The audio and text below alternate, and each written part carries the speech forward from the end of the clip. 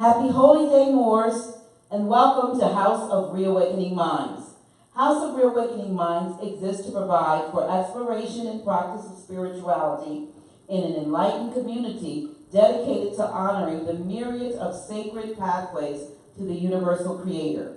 We are a holistic center for spiritual grounding, free thought, self-discovery, and Moorish science, an awakening experience for all ages. Tonight, we are proud and pleased once again to present our National Grand Sheikh, Tariq Bey. Islam.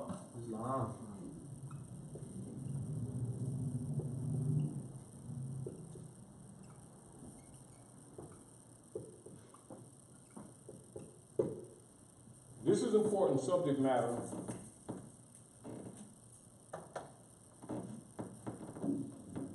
This is important subject matter that we choose for tonight and also for this time. And in its nature, redundant, because truth doesn't come in versions. It is what it is. What you'll find is most people's concepts of both government and geopolitics is incorrect, right? What's being pressed on the people now, whether they want it to be or whether they don't want it to be, and we've said over the years, one of the things that men, and that's talking about the species, are going to be pressured in this time to do, to act upon, to display, is to prove their gods. Which means as man unfolds, his God unfolds. And everything that we have been professing in different areas around the planet concerning our special self-idea of importance and relationship is going to have to be proven. Meaning that it's sort of like when the sun's out, everybody can talk trash. We can have a picnic, whether you're eating peanut butter sandwiches or bologna, hey, do your thing. Talk trash and everything. Winds start blowing, funnels start forming in the air, and storm, rain, and hail starts coming down. You can roll your blanket up if you want to, like you got sense. Put them sandwiches in the car or whatever, or you can sit there and try to prove your point and talk about it ain't going to rain on me because I got a special relationship with the Lord. Most likely you got a soggy sandwich. You might get blown away, and you watch out for that tree that's falling and everything else. In the real world, economics and politics, that's what's happening all over the planet now. Knowing that most people aren't aware of, put it this way, the operations of the priesthood, who they don't suspect, that's really behind a lot of this mess, including artificial weather attacks, including psychic attacks that have been put on people, including sound wave attacks with subtle humming that the people got used to and never even noticed that it goes on, to interfere with brain waves. We're not just talking about microwave technology, we're talking about actually sound wave technology too. Some of which is now being interfered with. We won't get into who's interfering with it and why. We're just saying it's being interfered with.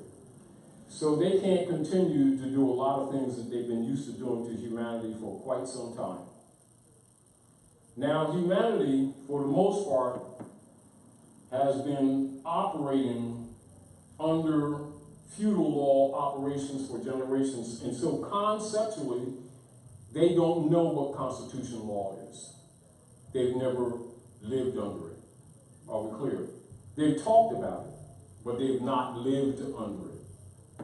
An example, and interject if you choose to. We want to interject. And any questions that come about it, we'll talk about it, because it needs to be talked about. So I'm going to give you an example of what I'm talking about. The average person that's going about their business in their everyday jobs, long O, short O, we need not get into that, their relative, has been operating with an idea that their grandmother and their mother and themselves own a house and have a deed to it, as an example. At the same time, not knowing that the deed is a sharecropping agreement with the popes of Rome under the Roman Curia, run from Fleet Street, England, and then regulated with the mercenary army called the U.S. Army and controlled from Washington, D.C. All of which has nothing to do, in fact, constitutionally, with the people of the land or the organic land itself, but are in fact de facto governors over the land and the people. Are we clear?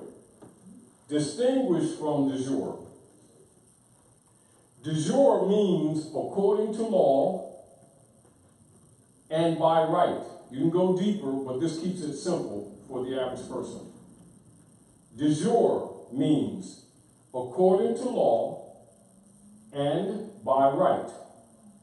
De facto means not according to law and not by right, yet it's operative.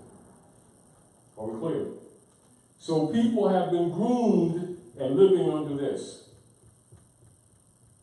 thinking that they were being protected under this, which you would call the Republic or Constitution, Law, and Treaty.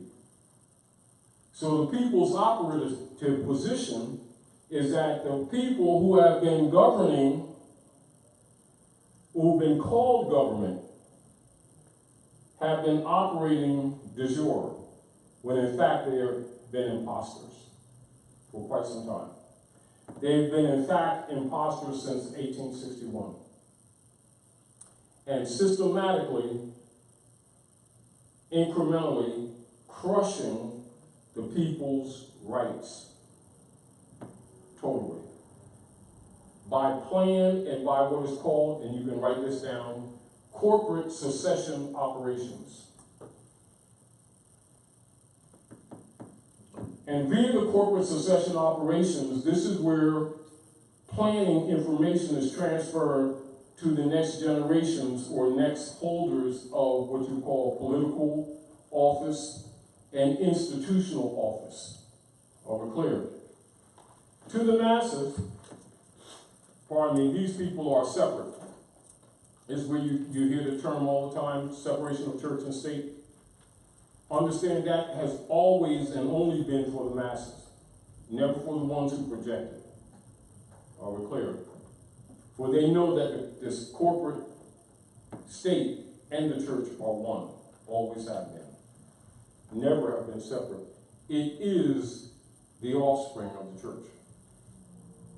All right? And of course, the church is not what people think it is, nor was. Now, as a point of interest for people who may want to get into that, and we won't get into that, let's talk about what church means. Church is from Germanic church, which means the great circle. That's what it means. So we notice the zodiac, but we also know that they don't teach it, so we need not go there. We're just giving definition of what the word church means. So we don't have to tell you that most people who go to these buildings have never been taken to church. They've been going to these buildings called church. Are we clear? That doesn't take anything from them, but it does expose the person standing at that pulpit who knew this and never told them, and is part of the system of robbing them for Rome under Roman tithe system, which is 10% tax for Rome, that they've actually been working for Rome all the time. We need not get into that, but that's just simply the truth. So these things need to be known in order to begin to relieve the pressure on humanity, and to also get them in such a recognition of self that they're not pitted against each other in wars, which has been actually perpetrated by these very people who've been selling them gods in secret, who look good and holy and mighty, but in secret have been meeting with these other people called politicians, all of whom are priests who've actually been planning all these wars all around the planet and pitting people against each other in the name of racism. That is a total fiction. That's the truth. So, in order to stop or to bring some peace on this planet, whether people choose to act on it or not, every man, woman, and child has the right to do what they want to do. However, they also have the right to know the truth about how things work, to make those choices rationally. Right? And so they must know the difference between de jure and de facto. If, and since it is an issue also concerning government, right? If you want to look at synonyms to get a concept with this, if you're talking about government, here you would talk republic, right? Here you would talk democracy.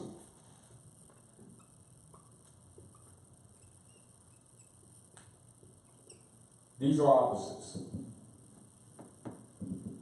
So the people have been told that the real government is a democracy, when actually the democracy is the body of organized imposters. So what occurs when the people keep teaching their children our democracy? They sanction actually the imposters, which is why they're broke, why they've been suffering. Yes. Why their communities have been gentrified, and also why they've been sent to all these wars, going to and fro the earth, devouring nations, in the name of gods and countries. And never suspect that these people are actually demons. And that's for real. And we're not talking about, the vampire in the movie type thing. We're talking about people in shirts and ties and looking quite legitimate. And they've been getting away with it because the people don't know what they're looking at. They don't know what they're dealing with. And because they don't, makes them easy victims. As an example, this is what they'll do. Like, you can be presented as a nation state or even someone who has, say you have a piece of land over in New Jersey somewhere that an oligarch that you think is your congressman or congresswoman wants to sell to someone in, as an example, Ukraine, who they have partnership with, right? They will take tax that they taxed you with, go hire a contractor who will hire a contractor who has stock in their secret corporation, vice versa, to go poison your wells.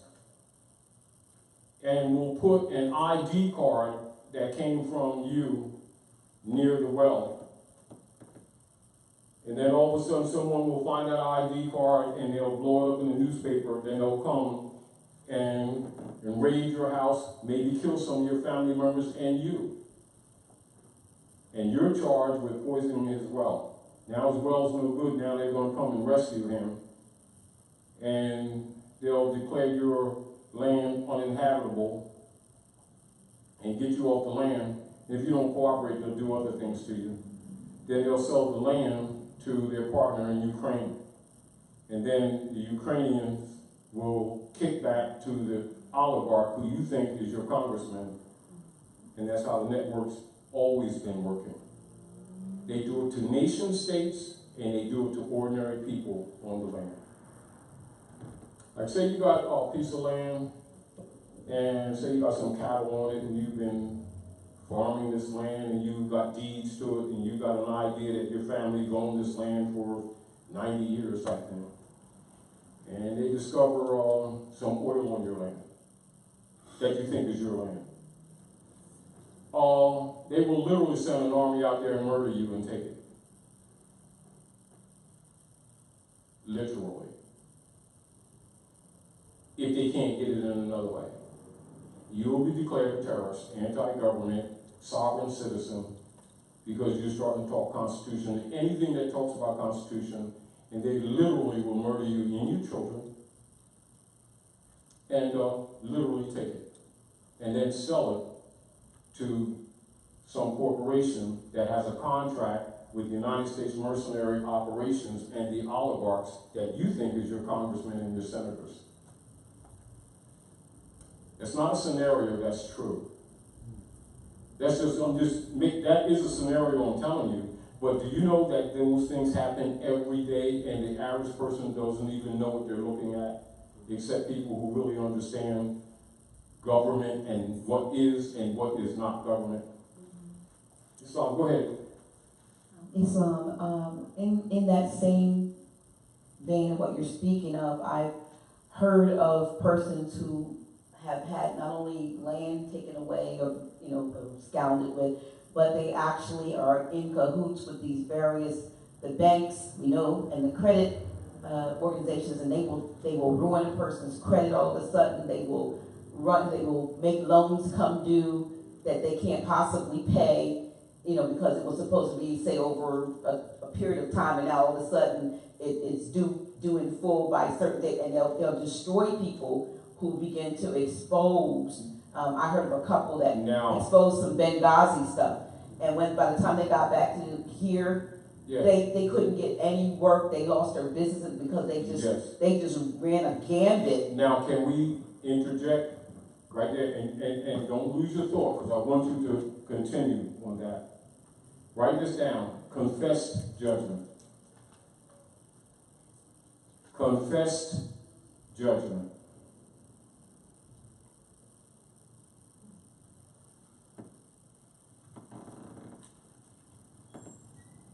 Now go back.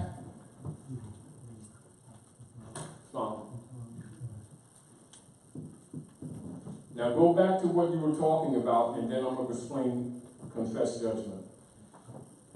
Now, people at North Central America that's called Defacto United States,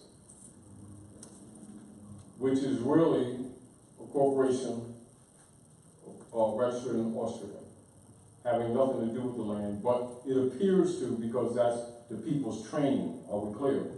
So that must be clear in your mind. And for those who doubt it, the reason I say that, because it's researchable.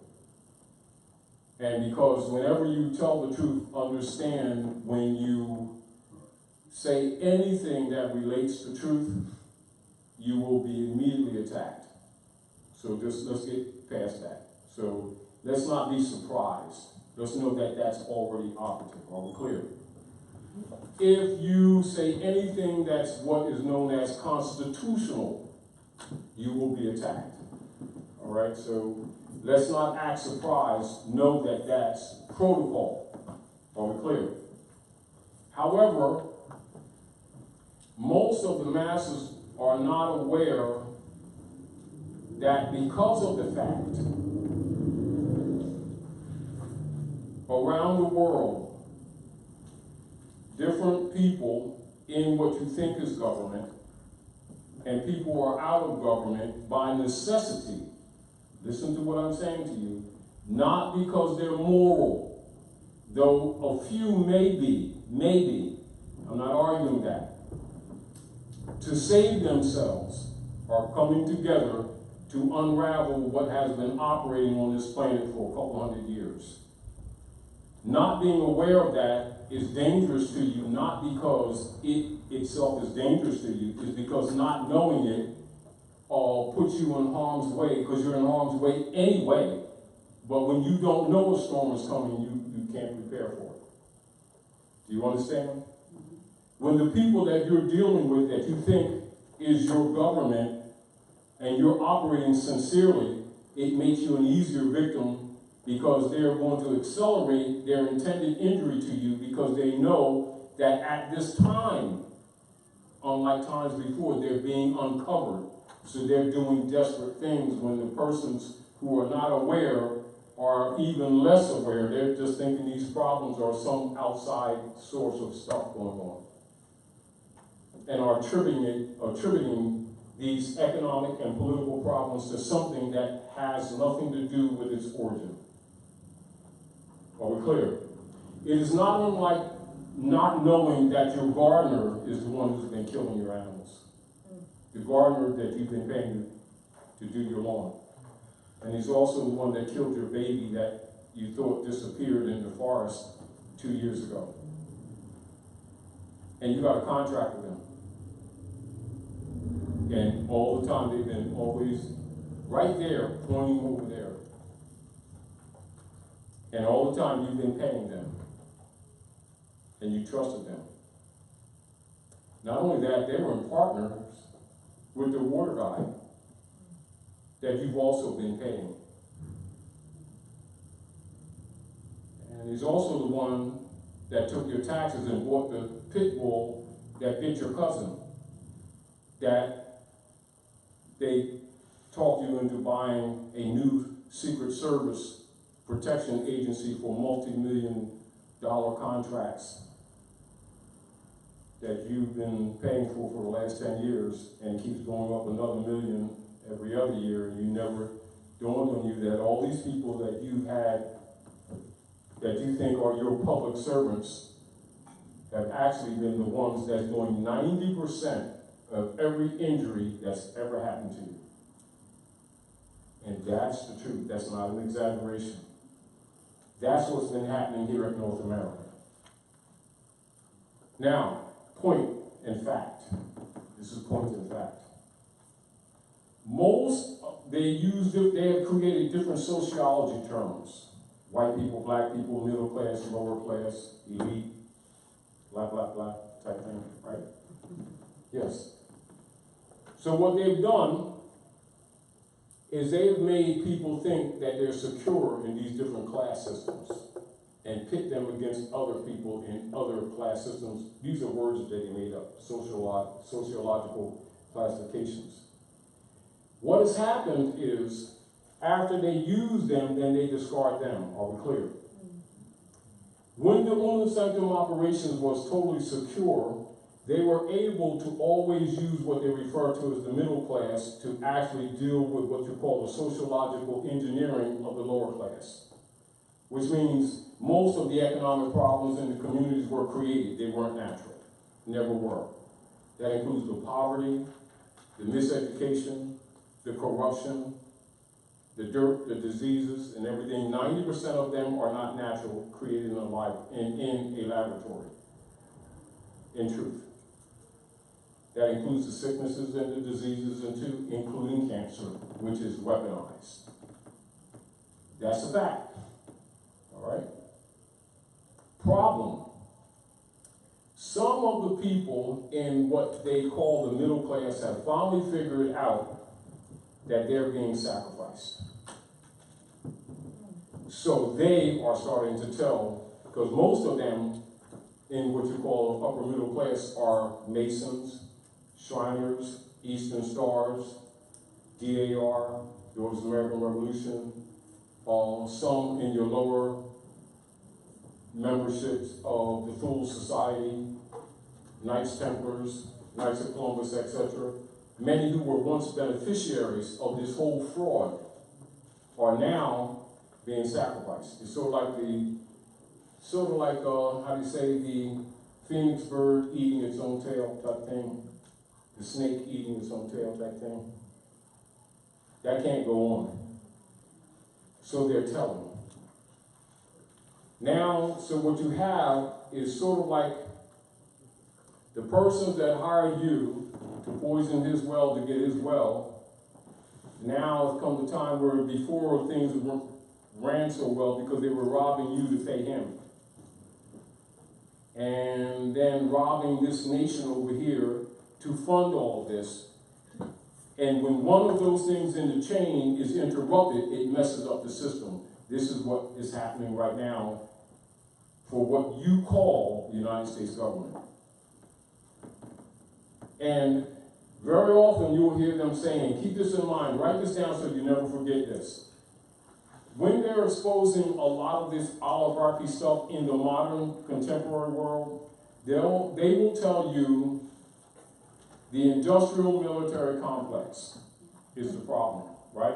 And they'll say that Dwight D. Eisenhower, the German Dutchman, exposed it, right? In 1954, 55, right? They lied. He didn't say that. He said the congressional industrial military complex. And they took out that first word, congressional. Why did he say it? Because that's what it is and that's what it was. And that's what it is right to this day. If you forget the congressional military industrial complex, just like that, you never suspect that the congressmen and congresswomen are multi-millionaires because they're really lobbyists for the United States Corporation Company of Austria.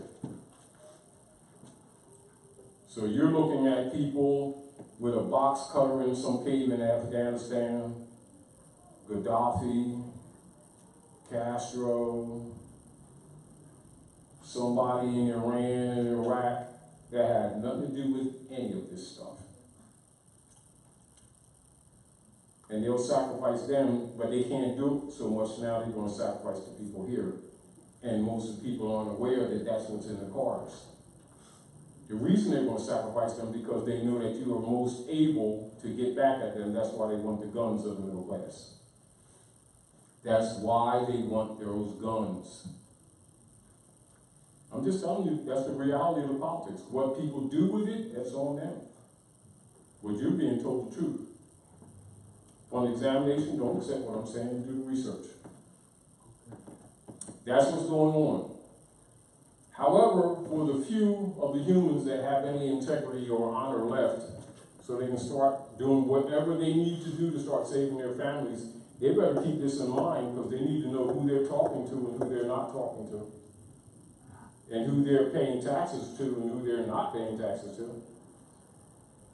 And what they're funding and what they're not funding themselves against themselves. Because the people they thought were their friends are really their enemy. And that's the truth. The other deal is that every time they do something to the people, they always blame somebody else that had nothing to do with it. It's called projection. Write that down, keep that in mind. It's called projection. That is an organized practice, a conscious practice. Are we clear? A taught practice. Are we clear? All politicians at North America are trained in projection. That's why all of them belong to secret societies. Meaning that most of what they tell the public, no, they don't believe it and they never did. They're just trained what you call to give what is called a public narrative. And anything that they say positive, guaranteed, they never fulfill it. Never. And never intended to. So get over yourself. And don't get disappointed. Because you should have figured this out generations ago. But nevertheless, it's what it is. Meaning that this is the face they wear. The mask. This is who they are. Are we clear?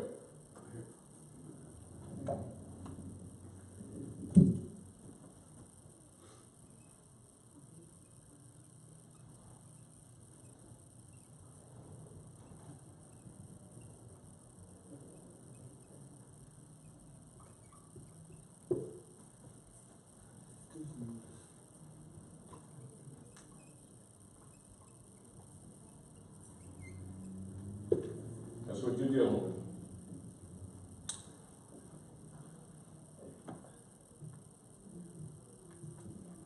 And the body of law that goes with them. Constitutional law and feudal law. They're opposites. You can also call it this.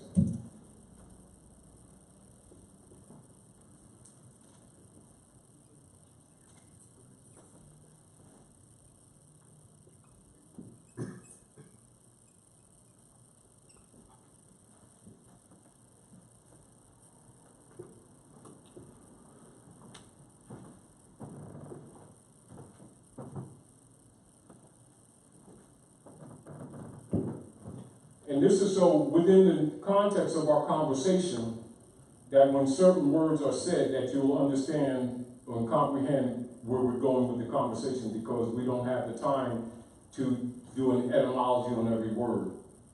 But you need to know the context in which we're speaking. Because as we expose this information, there will be others who will be paid to counter us and say that we're saying something that we're not saying. To the negative. Do you understand? Go ahead. Fascism related toward feudalism and feudal, is that the same? Fascism is also not what people have been told. Fascism is literally and simply, which is what's going on here, true, yes. This is where the corporations that are operating on the land are secretly running the government. Are we clear? But the persons who are claiming to be government are pretending that they're separate from the corporation. And sometimes not, but that's what a fascist is. Okay. So fascism is where the corporations that are supposed to be kept in check by government are actually running the government, and they're actually in partnership to the injury both by fact and both by intention of the people. And that the people are made servants to them as opposed to being served by them. And all laws are groomed to serve that end. It's not opinion, that's what fascism is. I'm trying to keep it simple. All right? And do the research. They'll tell you similar to what I just said, but not bluntly like I said it, because that's what it is. And that's actually what's been taking place since 1861 when they got rid of Lincoln. That's the real reason they got rid of Abraham Lincoln. Abraham Lincoln was the last lawful de jure president for the United States. After Abraham Lincoln, every president operating at North America was and is a Democrat or feudalist, even if they say they're part of the Republican Party. That's right. Republican Party does not support the Republic. Are we clear? And their politics is to deceive you while raping you generation to generation, as well as dumbing you down. The problem that we have now is that they have taken so much blood from the people that the people are getting ready to collapse. The people are used to programs and being programmed and are pretty sure, vainly, that the so-called politicians are going to come to their aid and save them. When the real deal, they're setting up for themselves and their own future while preparing to sacrifice the people, because they know if you wake up, you might come at them with pitchforks. Again, that's why I'm telling you why they're doing all these things, wanting your guns. It's not defense. Guns aren't violent. Violent people may use a gun. You know, like bolts. Don't do this. Oh, that was a good one. Let's ban bolts. Yeah. You know what I mean? And they say that about guns, and people who don't think actually fall for it, not knowing that their intention is to disarm the people because they know that you're going to find out what they really did to you. Mm-hmm. They know that the masses of the people in the poor communities have no defense whatsoever, so they just kill them at will. Like, say, for instance, you could be selling potato chips on the corner of the street, and they'll come and literally choke you to death right on the street and say that you were violent, and no one goes to jail. But they can't exactly do that in some other communities who happen to have their rods and their staffs and may comfort someone. So they need to get them rods and them staffs from them, because truthfully, that's where it's going. Now, that's the truth. The masses, for the most part, smell it but don't see it. Mm-hmm. Do you understand what I'm saying to you? But those who really know the real history that's been going on at North America know that it's coming. Now, the other is the priesthood, who are calling themselves politicians, also know it's coming. This is where you see all this wildness going on between the Democratic Party trying to get Trump out of office. That's what that really is about. I'm telling you what it's about. They can tell you anything they want to tell you. Telling you what it's about. It's really an undeclared, not public, it's really a civil war that they're trying to operate with the appearance of civility. Do you understand? But don't be surprised if, which they do, because they've always practiced what they call false flags and red flag type stuff. They've always done that. To distract as well as to justify doing things to the people. Meaning that they will come, they'll hire somebody with your tax money to go shoot your dog and then already have a so-called law in place to come take your guns to save your dog that was already killed by some lone gunman who didn't get a peanut butter sandwich at McDonald's and shot your dog. So they want to take your guns because the criminal's gun shot your dog. The real deal is because they know the way things are going on the planet now, that you're going to find out that all of these negative things that's been happening to you, they were the ones that did it and paid for it by contractors with your tax money against you. And you called him and her your congressman. Not knowing that secretly they were oligarchs since they murdered Lincoln. Now, like any other false platform or false position, in time, anything that's fraudulent begins to eat itself. This is really what's happening. And so people who are aware of this have a different outtake on life and what they do, what they choose to do, how they choose things that they say, where they put their energy and service in. And logically, it appears to the masses who don't know this that these people are out of step or out to lunch, which is kind of understandable given the fact that they have thick, bifocal, super dark shades on. They can't see in the day, less more at night.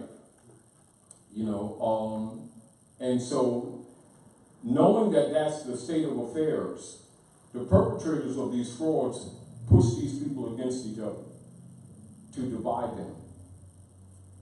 They get you arguing with each other about the Democratic Party, the Republican Party, and who you're going to vote for when the votes never counted anyway. America was already assigned before they got in office.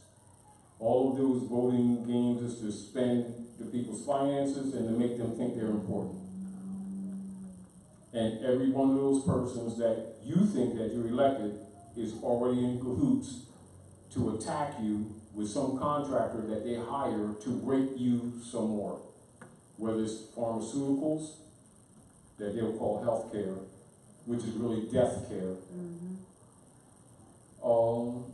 Whether it's military operations, defense, because the ones who are attacking you are them. They just do it through contractors, so it doesn't look like it's them. Then the finance loops right back to them. Are we clear? And of course, keep you busy. They argue with each other, dog and pony shows, so you think that they're, we're going to give you a better sandwich than the other guy did. And they do it every 2 and 4 years. And it's worked. The deal of it is that's not exactly working anymore.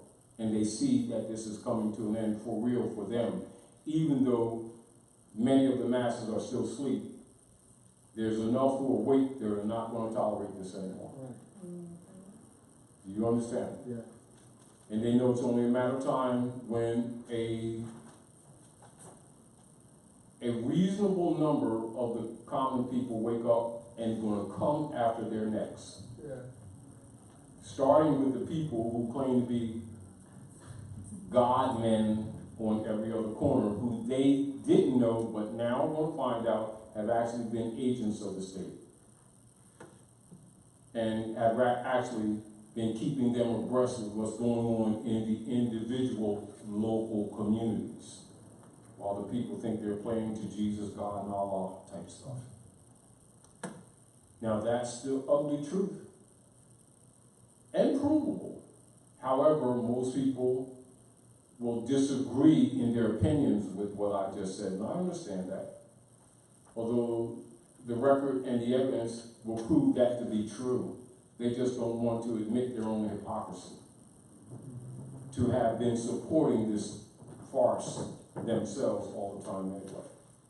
However, because these people are willing to sacrifice them, is why I'm doing this subject matter.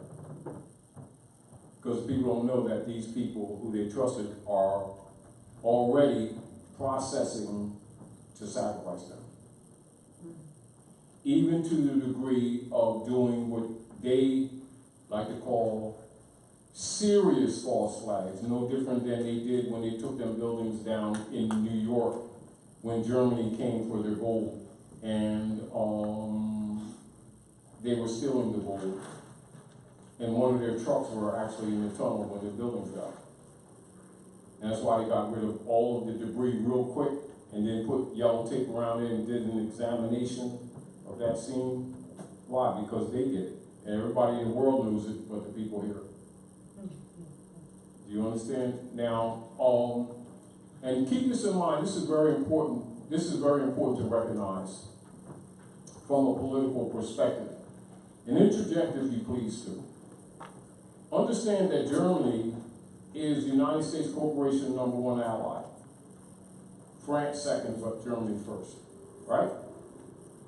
Now, when Germany, the representatives of Germany sent ambassadors to New York City to check their gold holdings in the vaults, because there's a tunnel that goes from those twin towers that was in New York to the Federal Reserve underground, and always did, that the masses don't know about.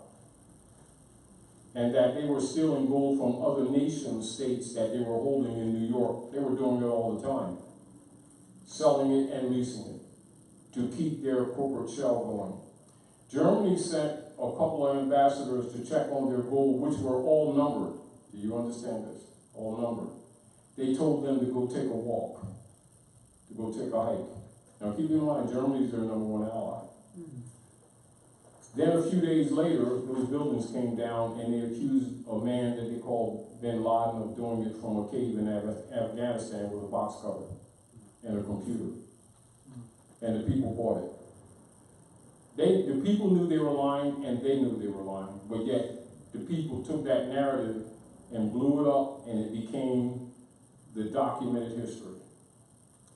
That's the kind of stuff they are willing to do to the middle class, to preserve their position.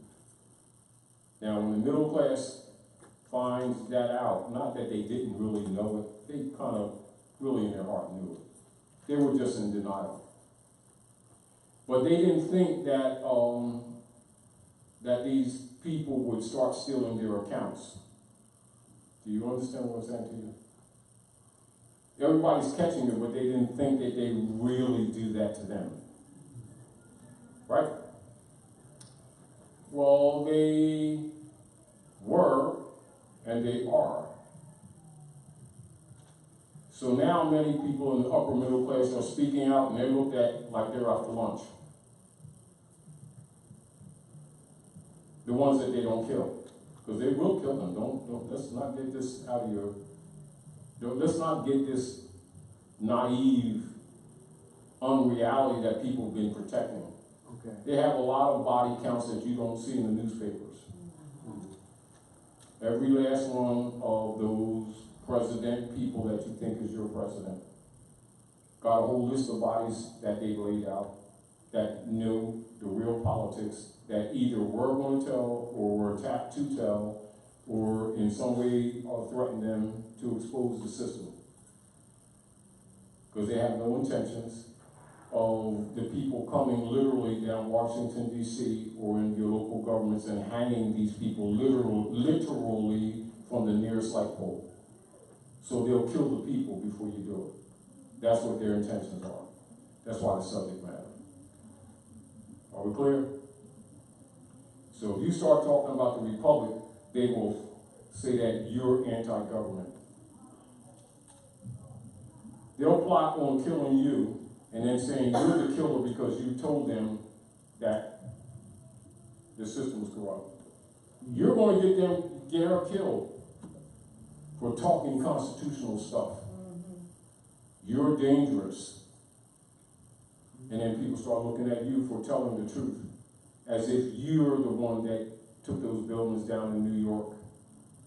You're the ones that threw the tea over at Boston into the water. You're the ones that poisoned the water out there in Oklahoma and blew the building up, type stuff. And now you're the one that are messing with the derivatives in Dejure Bank, which is getting ready to hit the public in a few. Because all of their mortgages and stuff that the Jesuits' army through the CIA have been set up Dejure Bank for in the first place. So all of the mortgages of all of your major banks, the called loans type thing that you're just talking about, were bundled and put in Deutsche Bank to hide from the people's eyes and ears. So when they look at Deutsche Bank, they're thinking, oh, that's Germany. What's that got to do with the U.S.? Because in their mind, the U.S. is a country. Are we clear? That's only in their mind. It's a delusion. Are we clear? So the U.S. is really a mercenary army for the Pope. Always has been. And they've dumped all their derivatives of these people here who've been claiming to be Americans and paying all these taxes. And their deeds and mortgages are bundled in there in Dejure Bank in Germany. So I suggest you pay attention to Dejure Bank closely. And every time something even shakes a little bit, don't think Germany, think North America. That's just an insight. I won't go into that, I'll just tell you that much. But because it's rattling heavy, even though the masses don't hear it, I'm just dropping that at you. You can do what you want to do with it. But what you're not going to do is deny what I just now said, because it's in the works already. It's sort of like you can tell people years ahead on some things, and they forget that you've told them years ago. So I'm telling you, Dejure Bank, because that will happen soon, where you can't deny it. Oh, go ahead. Islam. I try to get some of my news from other places, alternative than what we would generally be, in tune. We'll tune into certain stations, but I listen to a lot of talk radio, and I believe I was either listening. I listened to Hannity and Rush Limbaugh mostly daily over a period of time and last week they talked about Dejure Bank and what's going on with that and what's getting ready to, which is exactly what you're saying. You're not going to hear that in the mainstream media because they want us to think that everything is all hunky-dory, rosy, everything's going well. But there are some that are actually speaking out and talking about what, not only are they talking about what's happening with Dejure Bank now, but they're bringing back up what happened in 2008, in the bailout. Because they're all related. Right. So that's coming back up. And they're saying this time, though, it's going to be worse. Now, we were telling, when George Bush was in office, when I was teaching mostly on a regular basis at the cathedral room in Harlem, at the National Theater on 5th and 125th, we were telling the people then to watch Dejure Bank. Now this is when, like Bush gave that finance to the banks And we were telling people, you know, that they're really one network. And the people were saying, no, he's not. I said, yes, he will. Don't worry about it. He will. And they're going to nationalize Chrysler, and they're going to nationalize General Motors. So basically what they did was take the people's tax finance and actually fund the bankers with their bare loans that they piled in Dejure Bank to cover it up. That's what that was all about. And they'll talk about saving the auto industry to save jobs. No, they did it, and so shortly after that, you see Detroit die. I went to as an example, I went to Detroit. I had to do a lecture at Considine Hall, and that was the last time I flew because I already knew about the Wigner's disease, etc. But I flew to Detroit, and instead of staying at the Westin where they had prepared a suite for me, which they usually do when I go out of state, I stayed actually at the people's house, some of who were having me come out there. One, because it was about a mile and a half from Considine Hall. And two, because they were besetting on me and conversations, etc.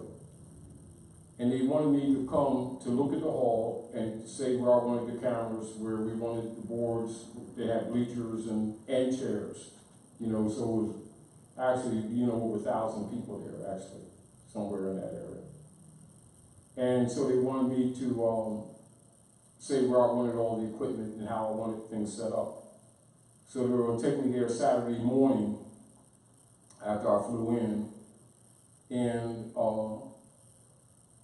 one of the estates, like it looked like an estate house, on the corner, when we turned the corner, the grass was so well groomed it looked like AstroTurf. That's how well groomed it was, right? And had black wrought iron rolling fence on the side, had the double gates in the front, you know, double doors, well stained, heavy, thick wood doors. There was, as I recall, a Cadillac, a black Cadillac, spotless in the driveway, but it had space for other cars too. And many of those houses, you know, well kept. Anyway, when we got up in the morning, we went to Captain, I think Captain somewhere where they have seafood. I wanted some seafood. And I didn't want them to, you know, cook and go through a whole bunch of stuff. So we went to this place and I got seafood. We came back, and I came back on the computer, and I was talking to them before I, you know, went to rest, getting ready for the morning. So in the morning they were taking me, they sent a limo to pick me up to go to Considine Hall. So in the morning I'm going out and we go around the corner. That same house, the gates were off. Car was going, the hose was off the side, the front doors were out, and a couple of windows were out.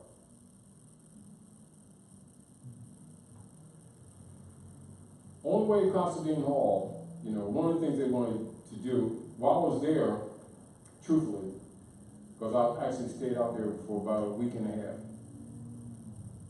and one of the contractors that have been doing windows where I stayed, in the front where the house, it had two ridge peaks, the house, the way it was designed in the front, brick and offset. And water had rotted the sill. And so the contractors were doing the sills, doing some of the brickwork, and replacing the windows. Anyway, the contractors had left them hanging, and the windows were in the front room, like for a couple months. And so the sister asked me, would I stay long enough to do the windows? Because they know I'm a house doctor, right? And I looked at it and it was all rotted and stuff, so I just had to fix it. So I just stayed there and I cast the windows, put new sills in, put the windows in. And they took me around to Detroit.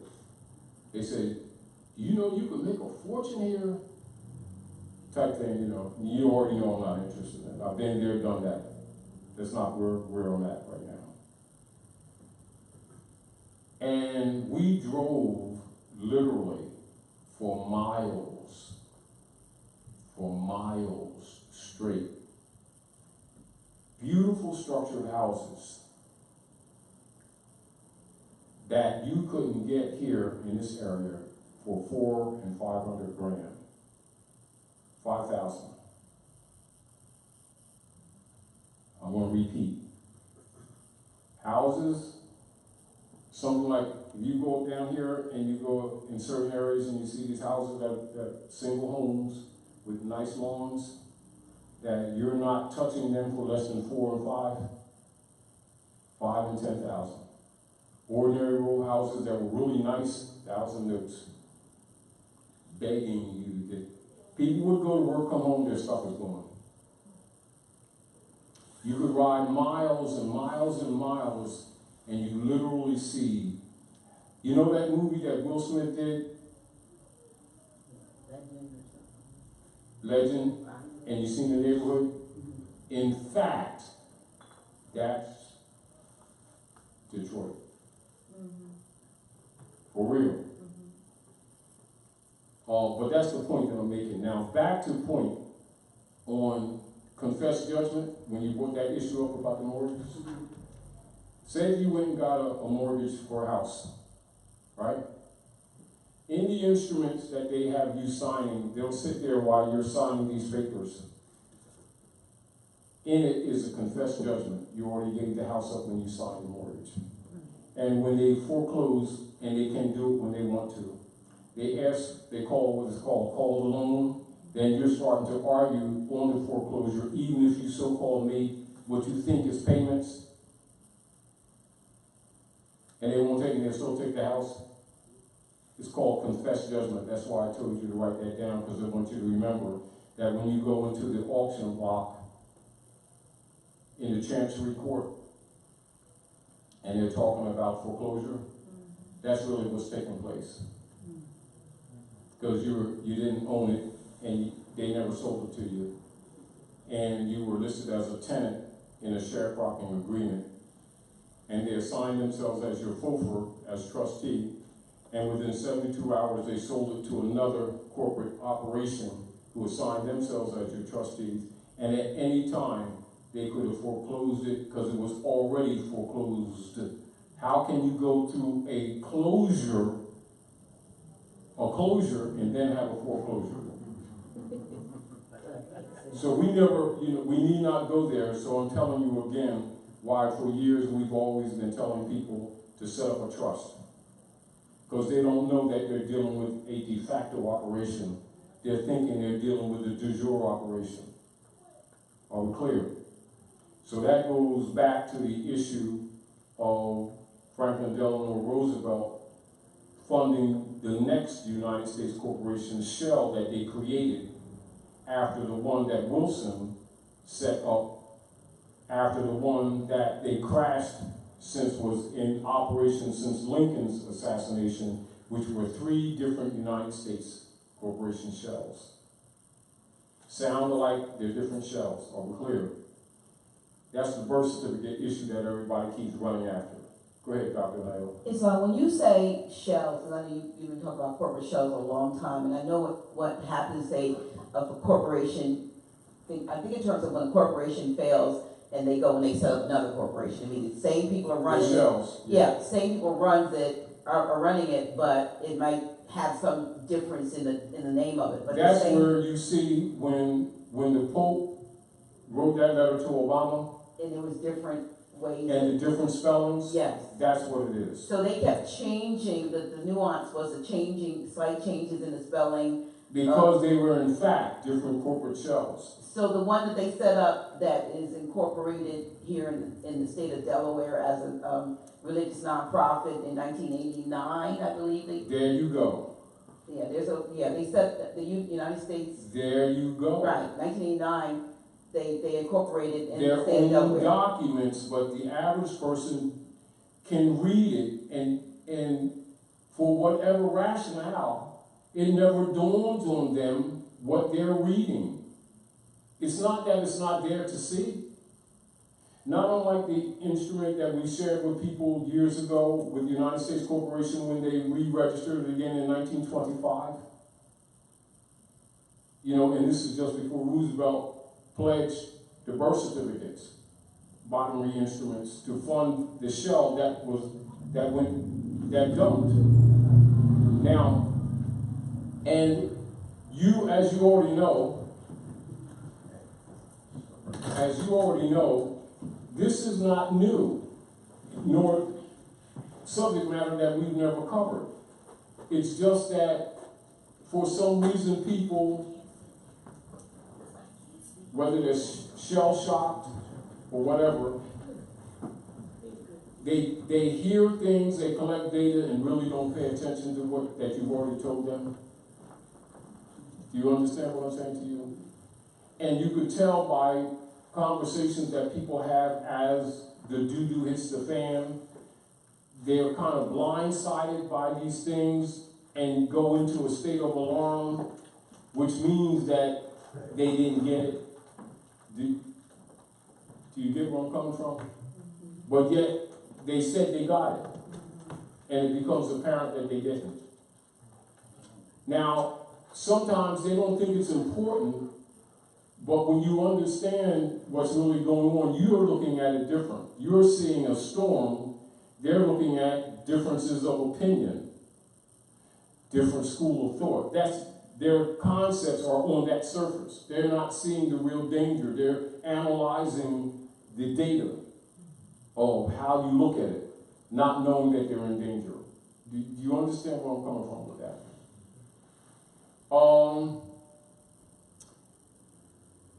So you try to find different angles of telling them the same thing when you recognize they don't get it. But they say they got it. Right. But their conversations and the problems that they encounter and not having a concept of how to handle it indicates they have the data. They don't get it. And so you'll see people get caught into processes, whether it's UCCs, financial statements, different things like that. The HMO operations, authenticating the birth certificate, all of these things which are related to the Global Estate Trust or Global World Trust. But if you remove that as a subject matter, which is a tributary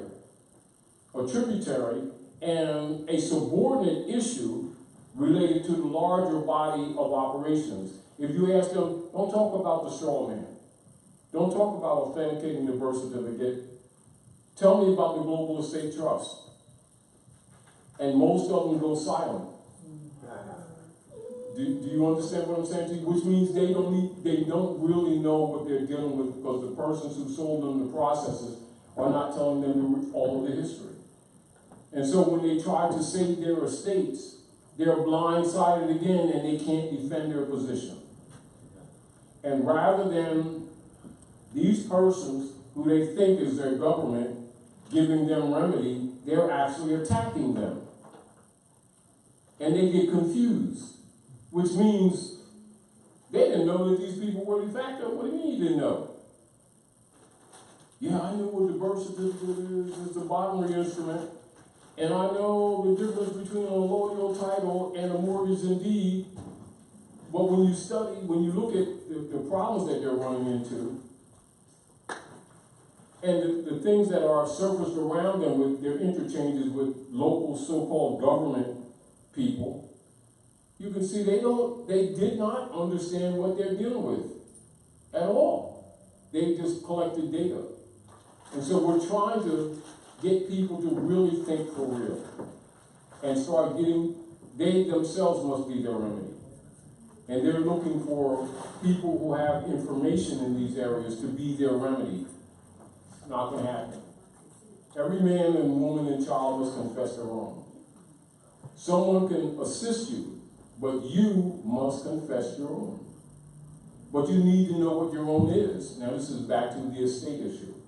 All right? So the confessed judgment is already introduced when they have you signing those mortgages, which means you've already abandoned the estate.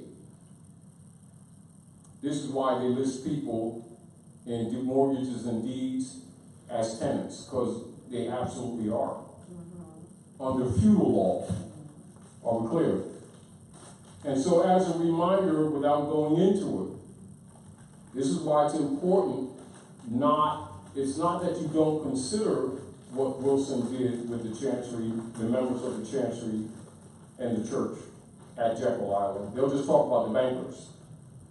It's the members of the Chancery and the Circle Church on Fleet Street, England, that met with Woodrow Wilson.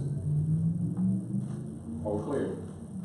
And the bankers, which were actually board members for the Jesuits under the Pope, who owns the United States Corporation Company.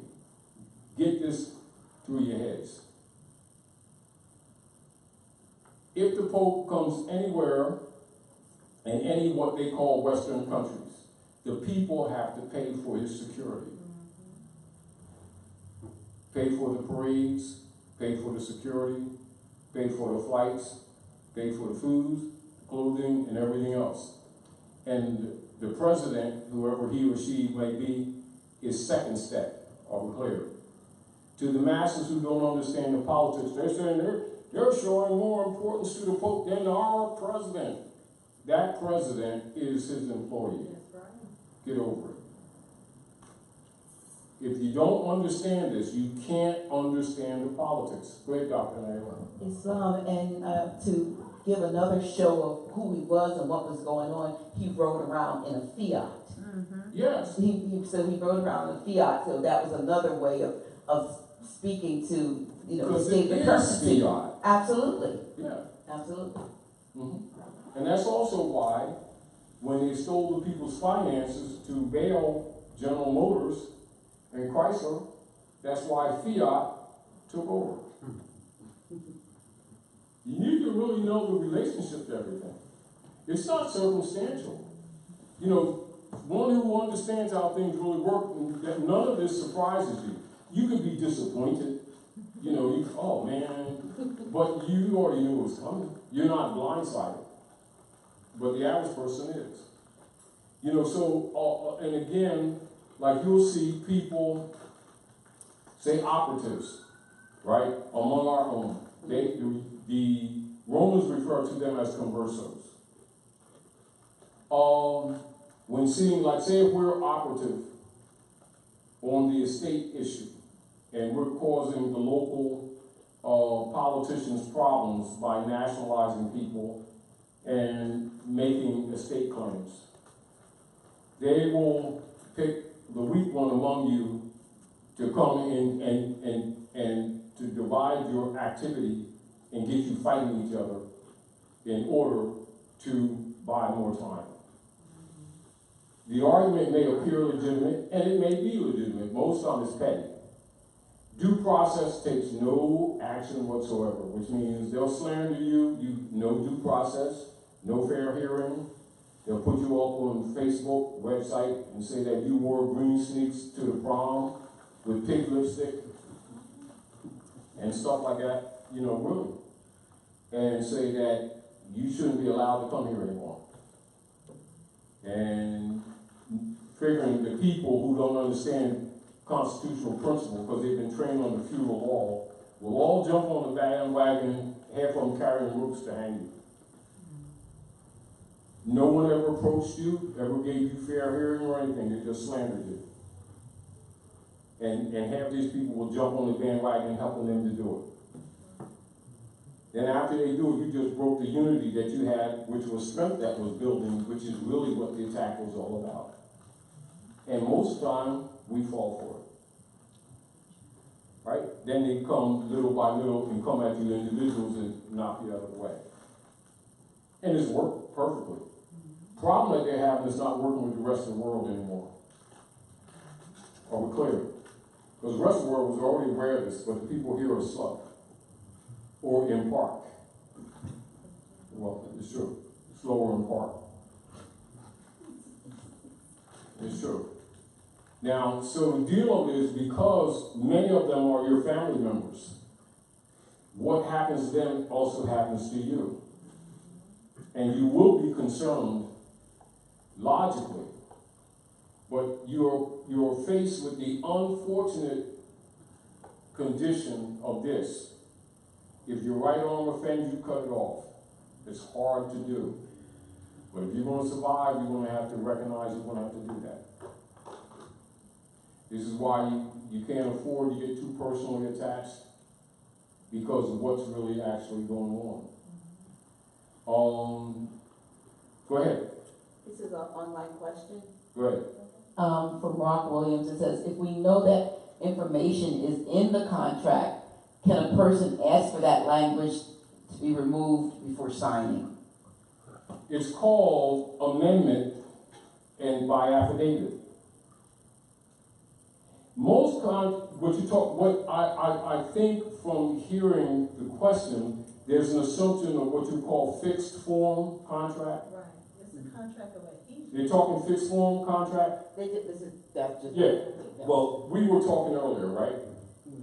And this is back to one, and this is redundancy, but knowing what a contract is in the first place, knowing what constitutes a contract, two or more competent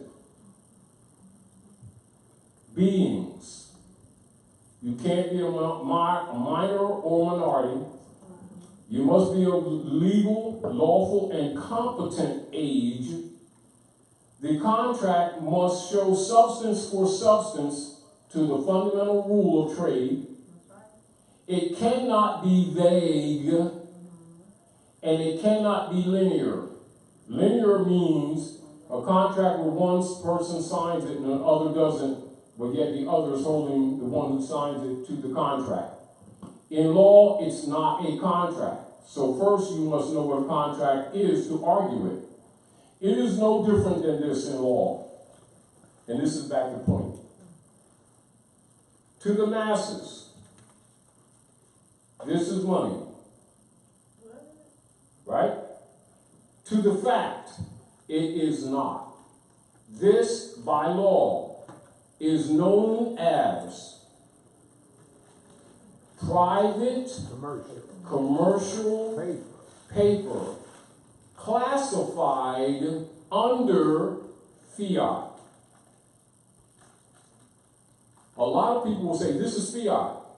That's kind of an incorrect statement. That's right. No, this comes under the classification of fiat. It is private commercial paper classified under fiat.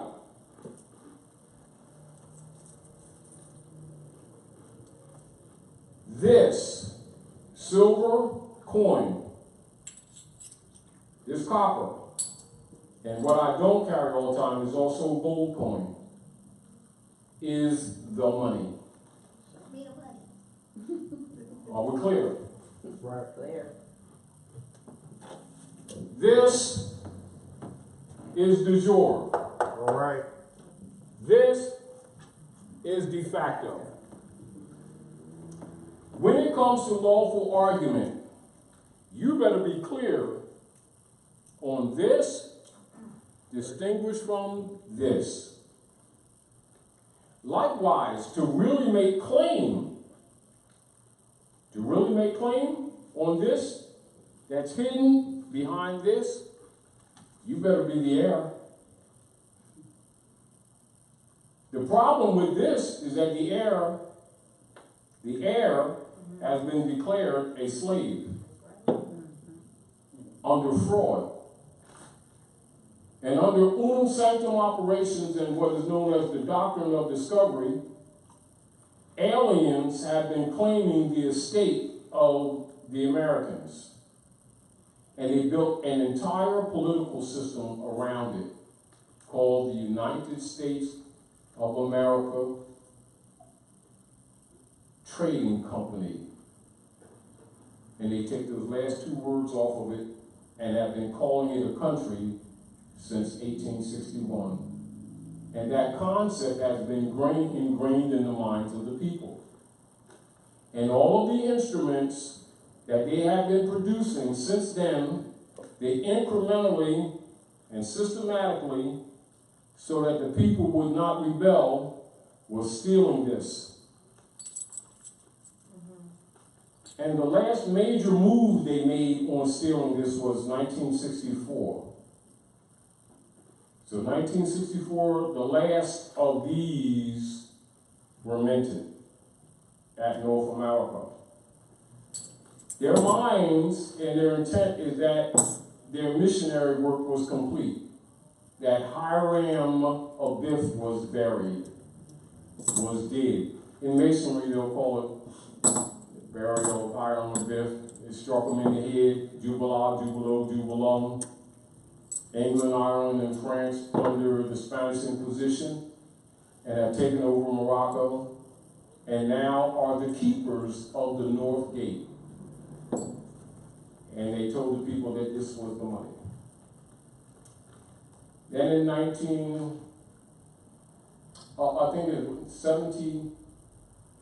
around 1878, they took our Great Seal off the new. In 1928, they put the seal back on. This is after their corporation shell crashed again, and they call it the Great Depression. That actually took place before, the 30s. They'll admit to the 30s, it started crashing around 24. This is why in 1925 they set up a new United States corporation shell, which he shared the papers with you, and we've been sharing with the people for the last couple of decades, so they can get it clear in their minds, because it's hard for people to accept. Not that the information is not available. It's difficult for people to accept that the United States is not a country. It's a private corporation, a conglomeration of Roman oligarchs who've been operating around the world, and particularly in America, as the United States of America Corporation, with a military arm, which are mercenaries, called the U.S. Industrial Complex, led by the Congress. And so Eisenhower referred to them as the Congressional Industrial Military Complex. In history, they'll write off the Congress word that Eisenhower said, and they'll just say, Eisenhower warned the people of the military industrial complex, and that's not what he said. He said the Congressional Military Industrial Complex. Because he knows, and all of them know, that the Congress and the senators operating at North America are really secret oligarchs, and they're really trustees for the United States Corporation. They answer to London. And the judicial system operating at North America and Canada, which are really called court systems, are really auction blocks to effectuate the Spanish Inquisition under the doctrine of discovery. This is why the Pope of Rome did the motu proprio in 2013 and told them to cease and desist the operations, and promised and had government leaders and so-called religious leaders, the priesthood, from around the world in all walks of religions, club members, kiss the ring type thing, say, we're stopping the doctrine of discovery, we're not going to do this anymore. And then, of course, that's 2013. And then, of course, they breached it, and then he followed it up with that letter to Barack Obama, called Civil Orders, which is actually a letter or command edict on top of the motu proprio of the shell of 2013. And they promised not to set up another corporate shell. So we're talking about the shells. So when I'm talking about the shells, we're talking about corporations which are the dead. Because remember, the people have been trained to speak of the corporations as the living. This is where the personage argument comes in with the Freedmen's Bureau closing in 1868 and the re-emphasis of the United States being designated as person. Why? So that they can convert the people's estates. So this is why when you listen to the average person who does not understand this, they'll say things like, the city of Delaware sent me a letter today. He's speaking of Delaware City Corporation as a person. It's dead. It did nothing. It says nothing. It testifies to nothing. There you go. Are we clear? But the people are trained to give it personage, not knowing that when they speak that, they just transferred their birthright to the corporate owners. You give up jurisdiction. Exactly, which is why they do not teach civics or jurisdiction. You will never, never, never, never hear any persons that's talking about the nation of this and the nation of that and the nation of this and the nation of that ever teach in personam jurisdiction, subject matter jurisdiction, and territorial jurisdiction. Never. They'll talk nation of this and nation of that and never teach nationality. As a matter of fact, they'll talk against nationality while talking about nations. That's right. No, That's right. it's true. And then they'll talk about courts and systems and never talk about diversity. And never talk about Article 3 nor Article 3, Section 2. But they'll talk about court systems.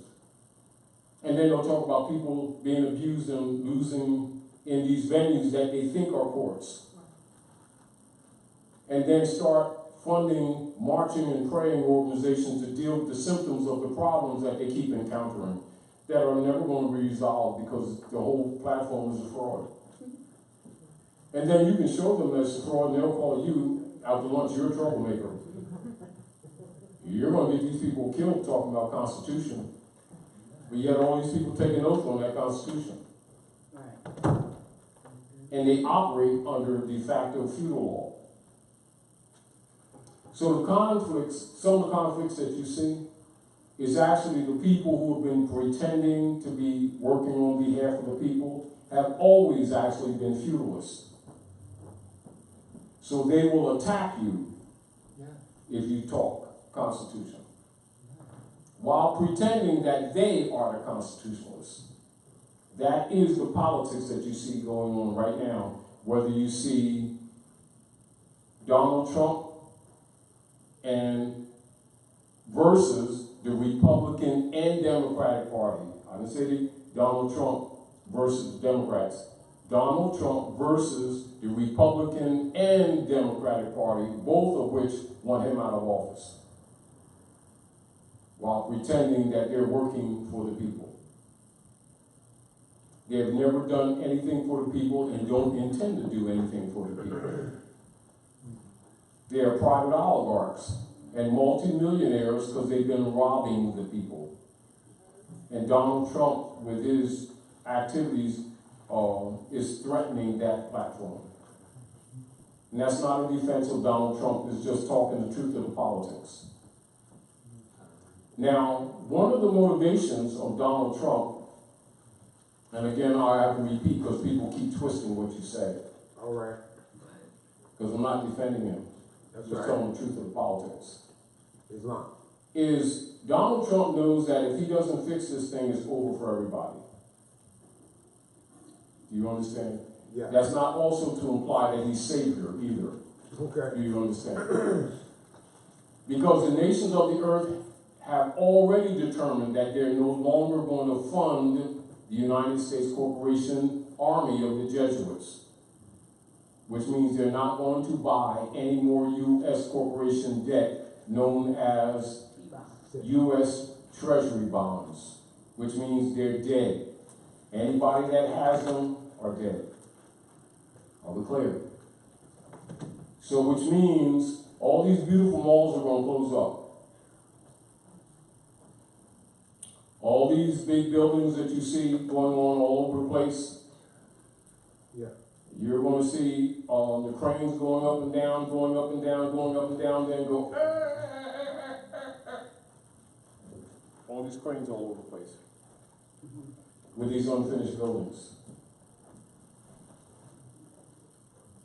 But a lot of this stuff is going on because they're trying to keep it looking like it's busy.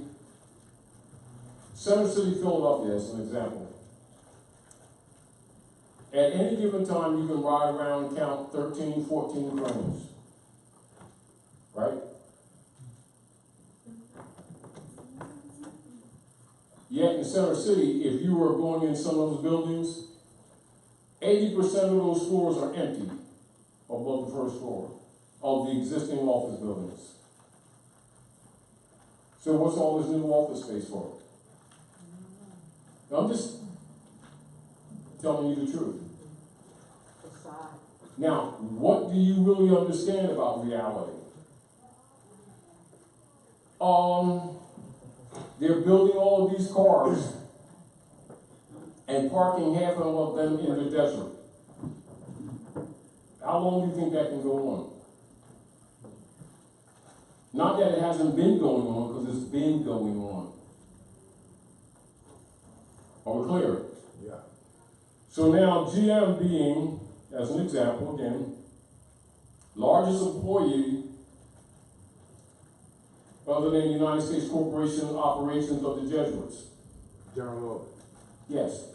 And 54,000 went on strike, trying to get back what they were robbed from under Bush concessions in 2008.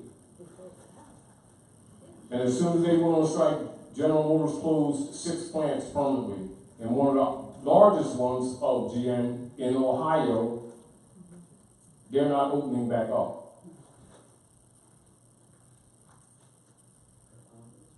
So you can look for in the next few months some not minor changes, some radical changes in the entire auto industry. Because you're only seeing the tip of the iceberg. It's like the commercials you see, don't pay more than a dime. Yeah. It's a crime to pay money. More than a dime. Now, $1. and the deal of it is, in short order, they're not going to be able to give them away. In truth. Now, we can get into that, but we're not going to get into that right now. I'm just telling you, because you got to look at what's the tributary businesses, the restaurants, right? The secondary manufacturers. Some make gearing for transmissions. Recently, because they already know what's down the pike. You know, we're not talking about what the public knows. I'm just talking about what's really going on. General Motors and Ford teamed up to make a common transmission for both of them. Because they already know what's coming. Right? So really, transmission in the GM, transmission in the Ford, same thing. Woo. Do you understand? Now, right now they hit GM, and you know what they always do, they hit GM, then they come to Chrysler and Ford. What do you think is going to happen?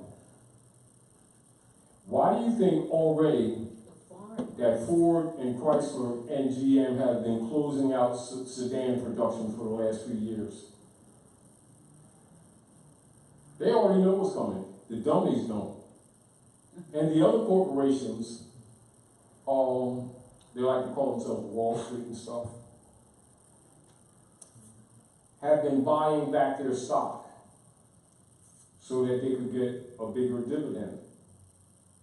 Problem is, it froze up the credit market. So when they burn that cash out, guess what's happening? The bankers can't give any loans. This is what the $75 to $80 billion a day that's been pumped into the bank systems is really all about.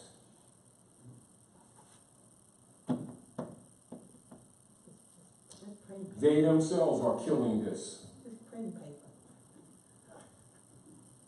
So now what are they going to do with these middle class people that have been used to living quite comfortably? Most of them happen to have rods and staffs to comfort you. The poor people don't have rods and staffs. This is why they're doing all these false flags. Like I said, with people going to some country music outing where you see thousands of people having fun, families and everything, children, mothers, motorhomes and everything, comfortable in America type thing. And all of a sudden, this crazy guy that was eating snail sandwiches earlier in the day launched out and start shooting from the 34th floor of a hotel building that has, the windows don't open up. But he killed 50. With more accuracy than you do on a firing range. With people being injured straight on, not on a downward level, and the people buy that. And from different directions. The people over here called Defacto government, guided by, secretly, these people who they think are their congressmen or senators, have done this to them. That's the real truth. Have been doing it to them and will continue to do it until they're stopped. Now that's the truth. Go ahead. Give her a mic. You have to raise your mic. Real quickly.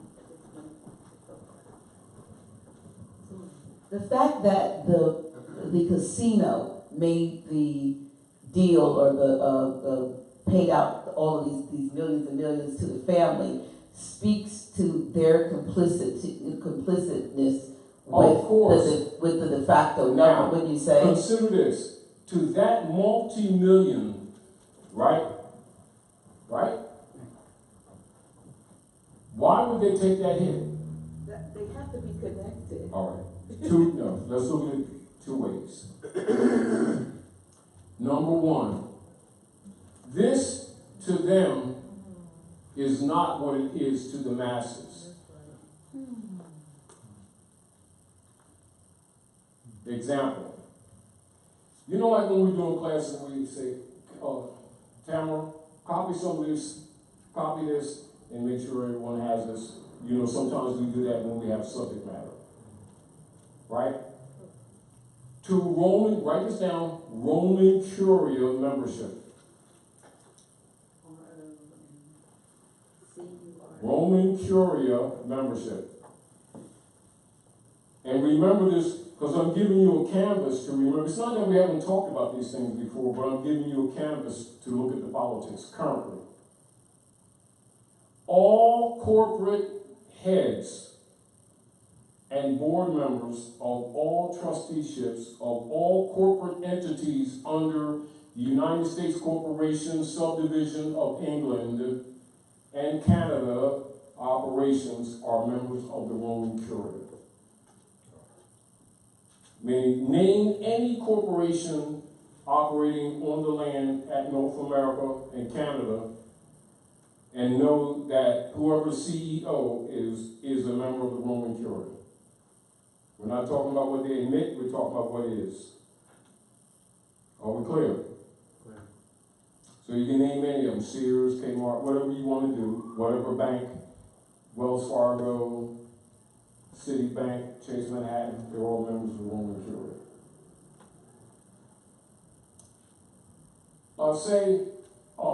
To make it more simple for you to comprehend what's really going on, to the average mind of the average person, right?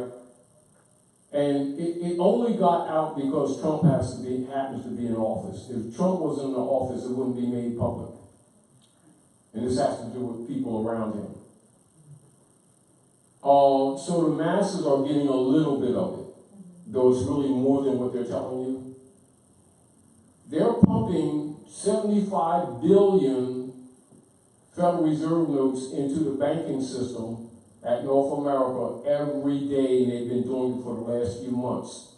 And admittedly, to the public, they have done it until up to the day before yesterday, that they admit to.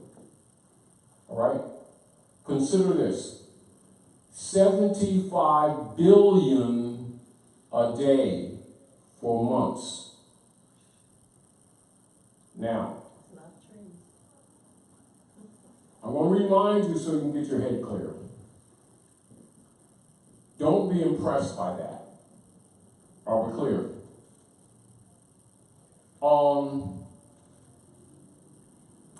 We used to go around the, when I used to get off the station, we used to get the EPO newspaper. EPO, yeah, I get it. EPO, it's called EPO, really. Good times, yeah. You look like EPOC, it's EPO. EPO times. They're not around there anymore. Now you got to order them. However, how many people know the old trick of Windex and newspaper makes one of the best mirror cleaners? Yeah, yeah. Yeah. And how about all over the place,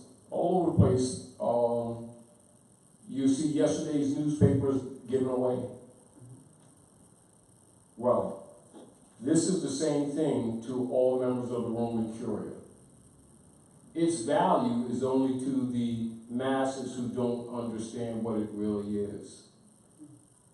The game is to give you the impression that it has value to me. So, I'll roll one up with a 100 on it type thing, and take the lighter, light it, and then light a cigar with it. Wow, you know he's rich because he's lighting a cigar with $100 bill and shit. Well, that's your impression. He knows this is no different than the toilet paper that you use every day. Why? Because different ones in different areas, as an example, some buildings over there. Yeah. Mm-hmm. My project Took a minute to finish them, is taking a while. but that already told me when I talked about it before that that person who started it may have good intentions, but he's not a member of the Curia. If he was a member of the Curia, it would have been done. Are we clear? Clear? Now, let me say this to you. You're a member of the Curia. We want, after we've killed it, I'm talking about them. All right? The order. Any one of the orders. Thule Society, Jesuits, etc. Any of the subdivisionals. Right? We've killed the economy in certain areas of Wilmington. Now we want to gentrify it and rebuild it. That's what they're doing. Right? You're highly skilled as a mixologist. Or making peanut butter sandwiches, Philly steaks. I mean, good at it. Yesterday. You're a Roman Curia. Today, all right, so you're an envoy. You don't talk to me directly. I'll talk to you. You're, say, Chase Manhattan.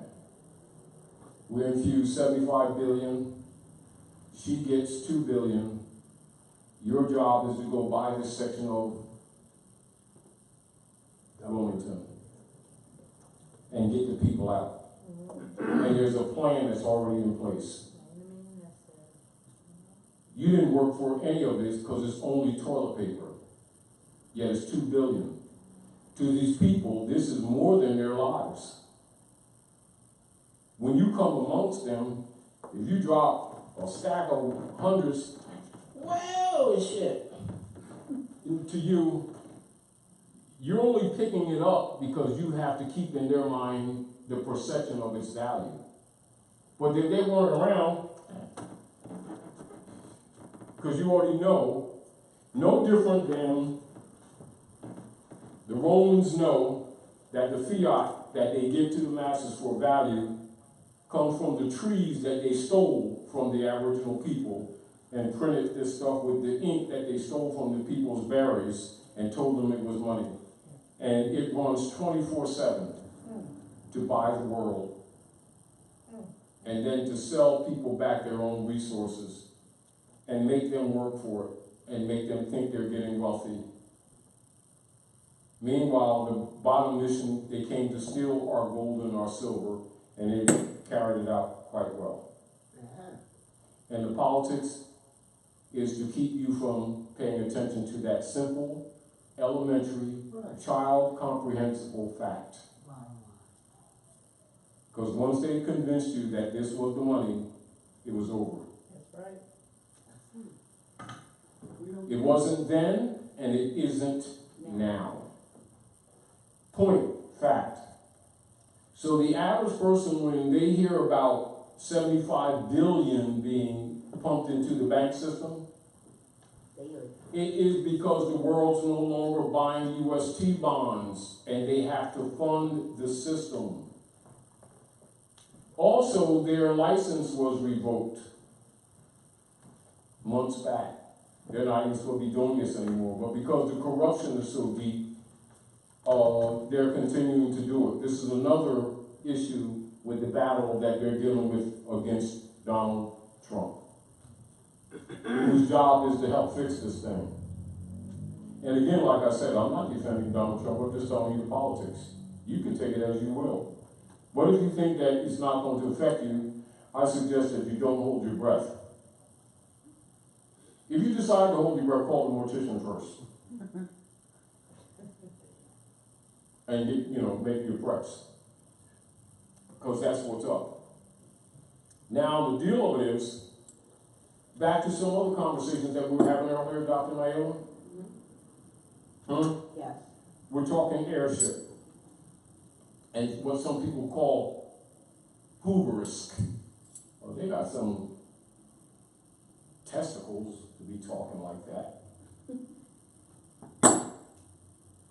If you understand trust law and airship, you know daggone well they're not going to honor any of the bonds that they have. They're not going to honor anything related remotely to due process, because they're feudalists and they're imposters. To do other than that would be to dismantle their own system. But they have to maintain the art of pretending to be the republic, meaning they have to wear the masks in spite of it all. And as the people wake up, the mask becomes obvious. They're the mask, like, you take the Photoshop, like here, this is in the yearbook type thing, Profit. right? But now they got the panoramic cameras and stuff, and it's taking your whole form, and you notice the stick you got here with the mask. That's, damn, they're looking at 3 dimensions and stuff. A mask they got there with that stick, and it's holding the mask up and stuff, and dang, and then you got the 3D glasses on type thing. This is what's really happening. It's just that the people are still groggy, and but they're getting pain, real pain. They're not going to be allowed to ignore this anymore. Are we clear? Problem is that some of them got guns. A lot of them got guns. Like, really?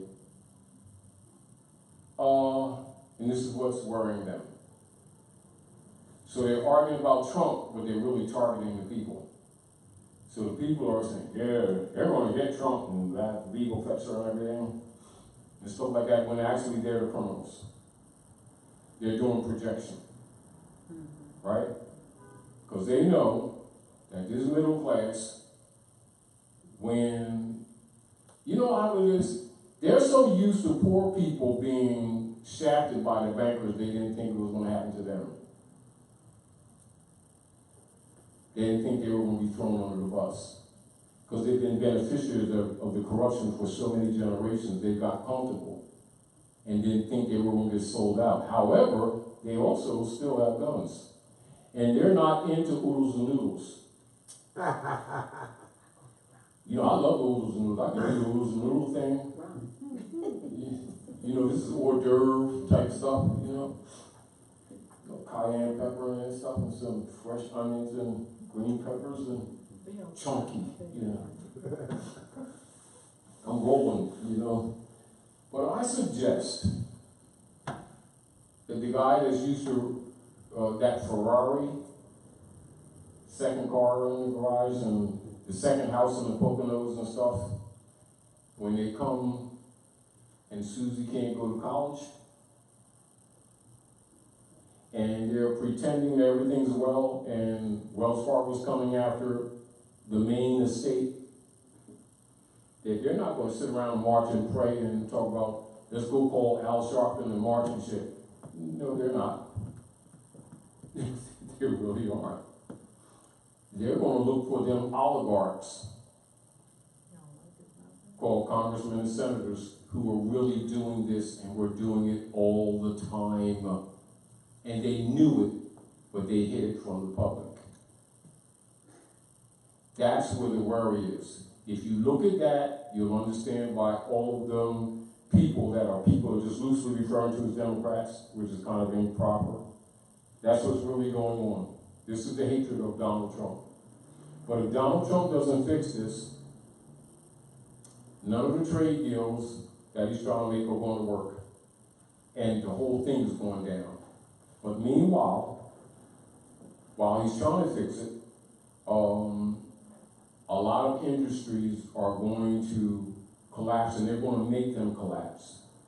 And I'm suggesting to you right now that some persons who claim to be union leader guys, who are members of the Roman Curia, told these people to go on strike, knowing that'll give it a look of what's getting ready to happen. Don't be surprised if General Motors operators declare bankruptcy. But they're not going to be bailed out this time, if they do. Second largest employer, besides the U.S. Corporation Army operations. So you consider how that's going to reverberate through the communities. And if they don't declare bankruptcy, they're going to collapse any damn way. So what they're going to have to do is sell off to survive. Are we clear? Even though they generated a measly 12 or 13 billion last year, right? Sound like big fiat to me and you, right? Right? And to the union workers, right? Meanwhile, the Jesuits are pumping 75 billion that they admit to in the banking system every day. Every day. And they've been doing it for months, until the day before yesterday that they admitted to publicly.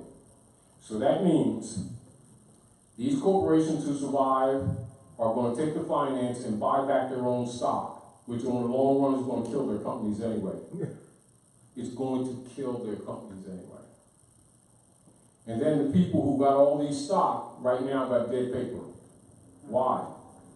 Because the 75 billion a day made the value of their stock below zero.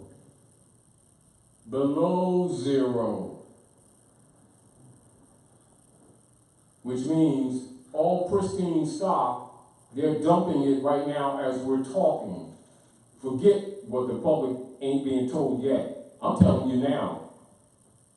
But it's also other people that's in other organizations that are talking trash about us right now, that are afraid, which is why they're attacking us. Because many of the Moors have been claiming their estates, and it's messing up the system, because the bonds are based on us since the Civil War. No one's talking about that. Why? Because that's the ball of wax. You get the point? And people who don't understand this look at current events as having nothing to do with the history. You know what I mean? Like, for instance, people who don't comprehend this are not thinking in their mind that the United States Corporation crashed in 1912 and 13, and that was the motu proprio that the Pope talked about, and why he had the leaders come around and meet, and they promised not to do no more doctrine of discovery. And of course, to save themselves, they continued it, and the rest of the world knows it, so the rest of the world says, all right, we'll stop feeding the harlot. And this is what's going on. It's really what's going on. This is where the 75 billion a day really comes in. Are we clear? So remember, the printing press is running 24/7 and a half. And they can't keep up with it even at that rate. So what makes you or anyone think that while they're doing that, that this will retain any value in trade? Well, I got a lot of this under my mattress and stuff. You know, I got the firm mattress. Why is your mattress firm? You don't feel like you got springs in it. I don't. I got stacks. Well, you may want to zip it and throw it in the fireplace because it's getting cold, because ain't nobody going to take it. Now, and that's an exaggeration, but it's really true. It's really true. But I do comprehend that the average person who really doesn't understand the economy operations, I didn't say economy operations, because of training, they still don't get it. Even if you show it to them, they still don't get it. The only thing that has stopped this thing from collapsing has been the military operations of the Jesuits. If it wasn't for their military operations, this thing would have folded in right onto the people 204, 205. You know, but Bush did, you can call it a good job, because he's a front man, understand? So don't blame him. Like all of them are front men. They're simply spokesmen. But they're credited with the administration operations. Do you understand what I'm saying? No different than Wilmington is the name of the city. Wilmington didn't do shit. You get the point. If you get the point. It's the body of men and women operative behind it who owns the bond system. Problem, they can't float bonds to keep running the cities. The cities, to the people, they're doing this to run their houses. To governments, they're floating bonds for all big projects. Are we clear? They can't do it anymore. Are we clear? So the Jesuits have to pump in 75 billion a day that they admit to. That really isn't the number. Go ahead, interject. Who has the mic? This is very important, because while we're talking and sharing, keep this as a canvas in the back of your head. Because a lot of questions that will come up, you will answer yourselves, but we're just interchanging. Keep that in mind. Go ahead. It's funny how when you're on the outside, and you can see things from a different perspective, you can see things that you miss when you're sometimes on the inside and not privy to, really know what you were doing. So when I was working in that arena, we had annually, I think it was every 3 years or so, the city went for what was called a band or so. They would do a thing called a band, which is a bond anticipation note. And so we would get to, the various departments, mine being one of them, would have the opportunity to put down like sort of our wish list of what projects that we were going to do that had to do with housing development or so forth and so on. but they would have to go to the bond market Mhm. to get the funds that would, say in 3 years or 5 years was going to fund this project. They were called bands. Back it was called, bond anticipation notes. But then it got to the point you mentioned across the street, right? Mhm. So that was one of my projects. Oh, I was there, we broke ground and da da da da. But somehow the brook dried up. The what was anticipated that was going to do certain things. It went, and on top of that, you mentioned this. I remember a whole 2 or 3 block, 4 block area that under, when I was in that position, that was acquired. People were moved out. And the promise was that there were going to be new housing development put there. To this day, it's just blank empty spaces. Mhm. And other people are buying up the properties Mhm. for other reasons. And so it was a serious case of gentrification that, happened within the last 4 years. Yeah, a lot of times that's done or presented for that to take place. But I'm knowing saying, it. see, here I'm on the inside Yes. thinking You're that looking at it the differently. projects are actually going to go forth and we're doing these great things and all this, and now that I'm out, I'm going, this stuff should have been done if it was going to be done. Of course. Now, the point of it is, I guarantee you this. Except in small instances, because nothing ever goes always exactly how it's planned, most of what you see was already planned. Meaning that, say for instance, you're paying me, politician, for a permit to build something over here that I know won't fly in the community. No won't fly. And according to existing regulations, can't be done. But you're paying me to see that it's done, knowing that I'm really a lobbyist for the corporation in the first place. The masses think I'm their representative. They're paying me and you're paying me. You're paying me more. But the game is for me to keep them having faith that your vote counts and all this kind of stuff, right?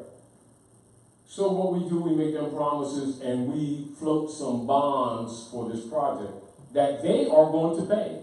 They. To them who don't understand government, they think the oligarch government is funding this. No, the people are.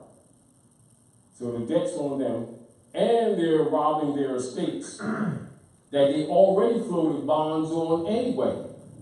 That they don't know, they think they got mortgages and deeds and they think they own property. Right? They've already been floated, are we clear? On past bonds.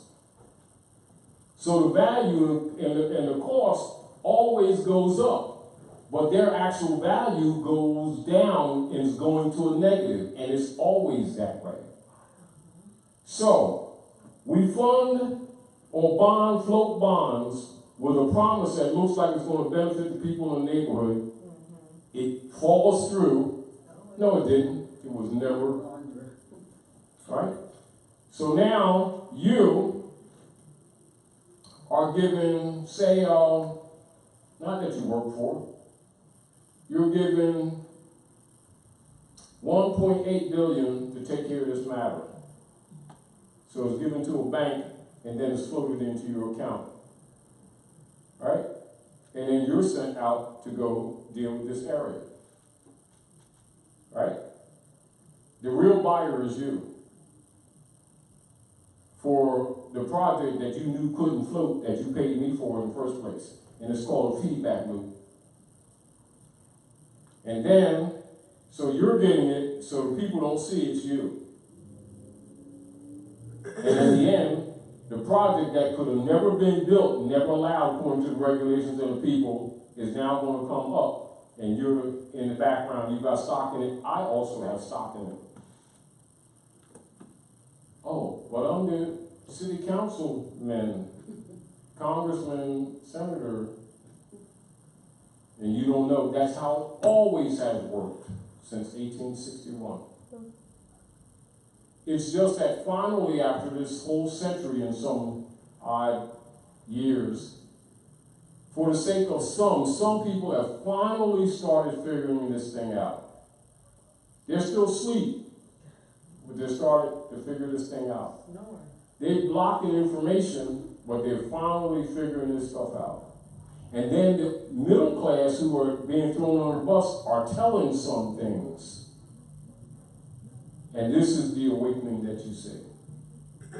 And this is also the battle against Donald Trump. Not symbolic, in fact, because Donald Trump represents,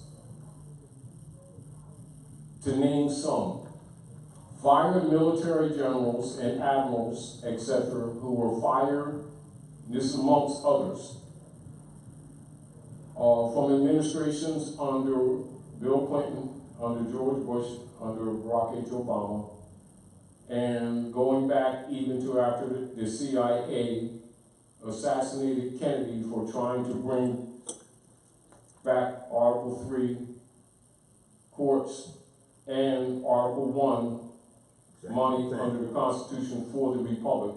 That's the real reason they murdered John Kennedy. And those people who wanted to restore the government to its Republican form,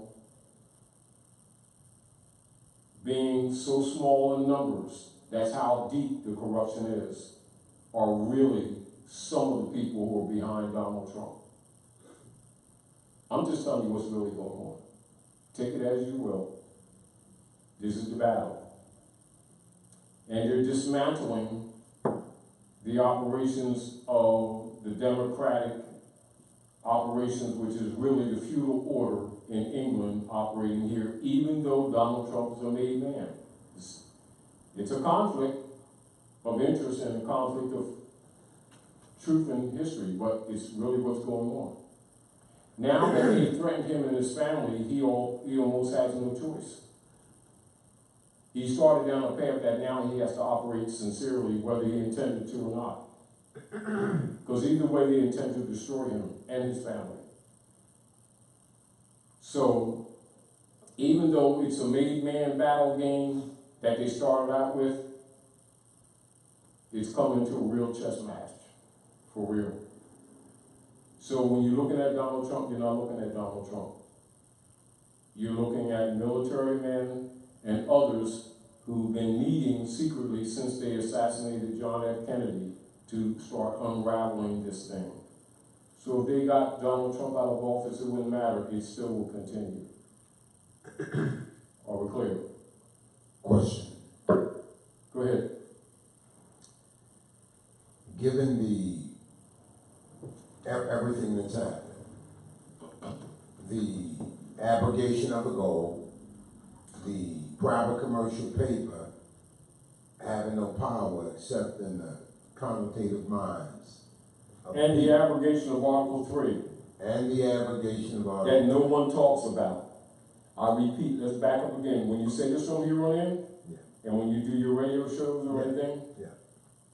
remember a lot, and this is not dismissing because you're right on time. Okay. So much emphasis has been put on Wilson and the abrogation of the gold clause, and none on Article 3. When actually that was a political necessity to neutralize when people figured out the abrogation of Article 1, Section 10, because the remedy would be in Article 3. And you're talking about the organic constitution, Article 3. It's exactly correct. Diversity of nationality. Which is why. Citizenship, proper venue, consular order. Yes.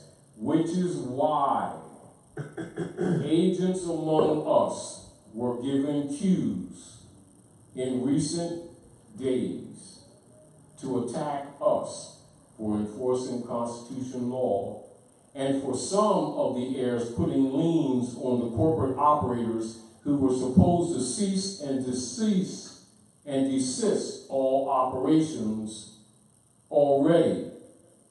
Keep these things in mind for those listening and for yourselves, secondary studies in relationship to what we're talking about now. 1960, decolonization of all colonized governments or nation states was to begin in earnest. It had been breached. Are we clear? The United States Corporation is number one on the list as a colonial government. Why does no one talk about the Special Committee of 24 and decolonization? Why is it never on the tongues of people who keep talking about nationhood in any format, or the right of the sovereign right divine of humans on the planet, and they get offended rather than support it? What is their real motive? Why all of a sudden they come up with all these slander attacks? It is because the bond system is effectively dying and they can't ignore us. Of course they have ignored us.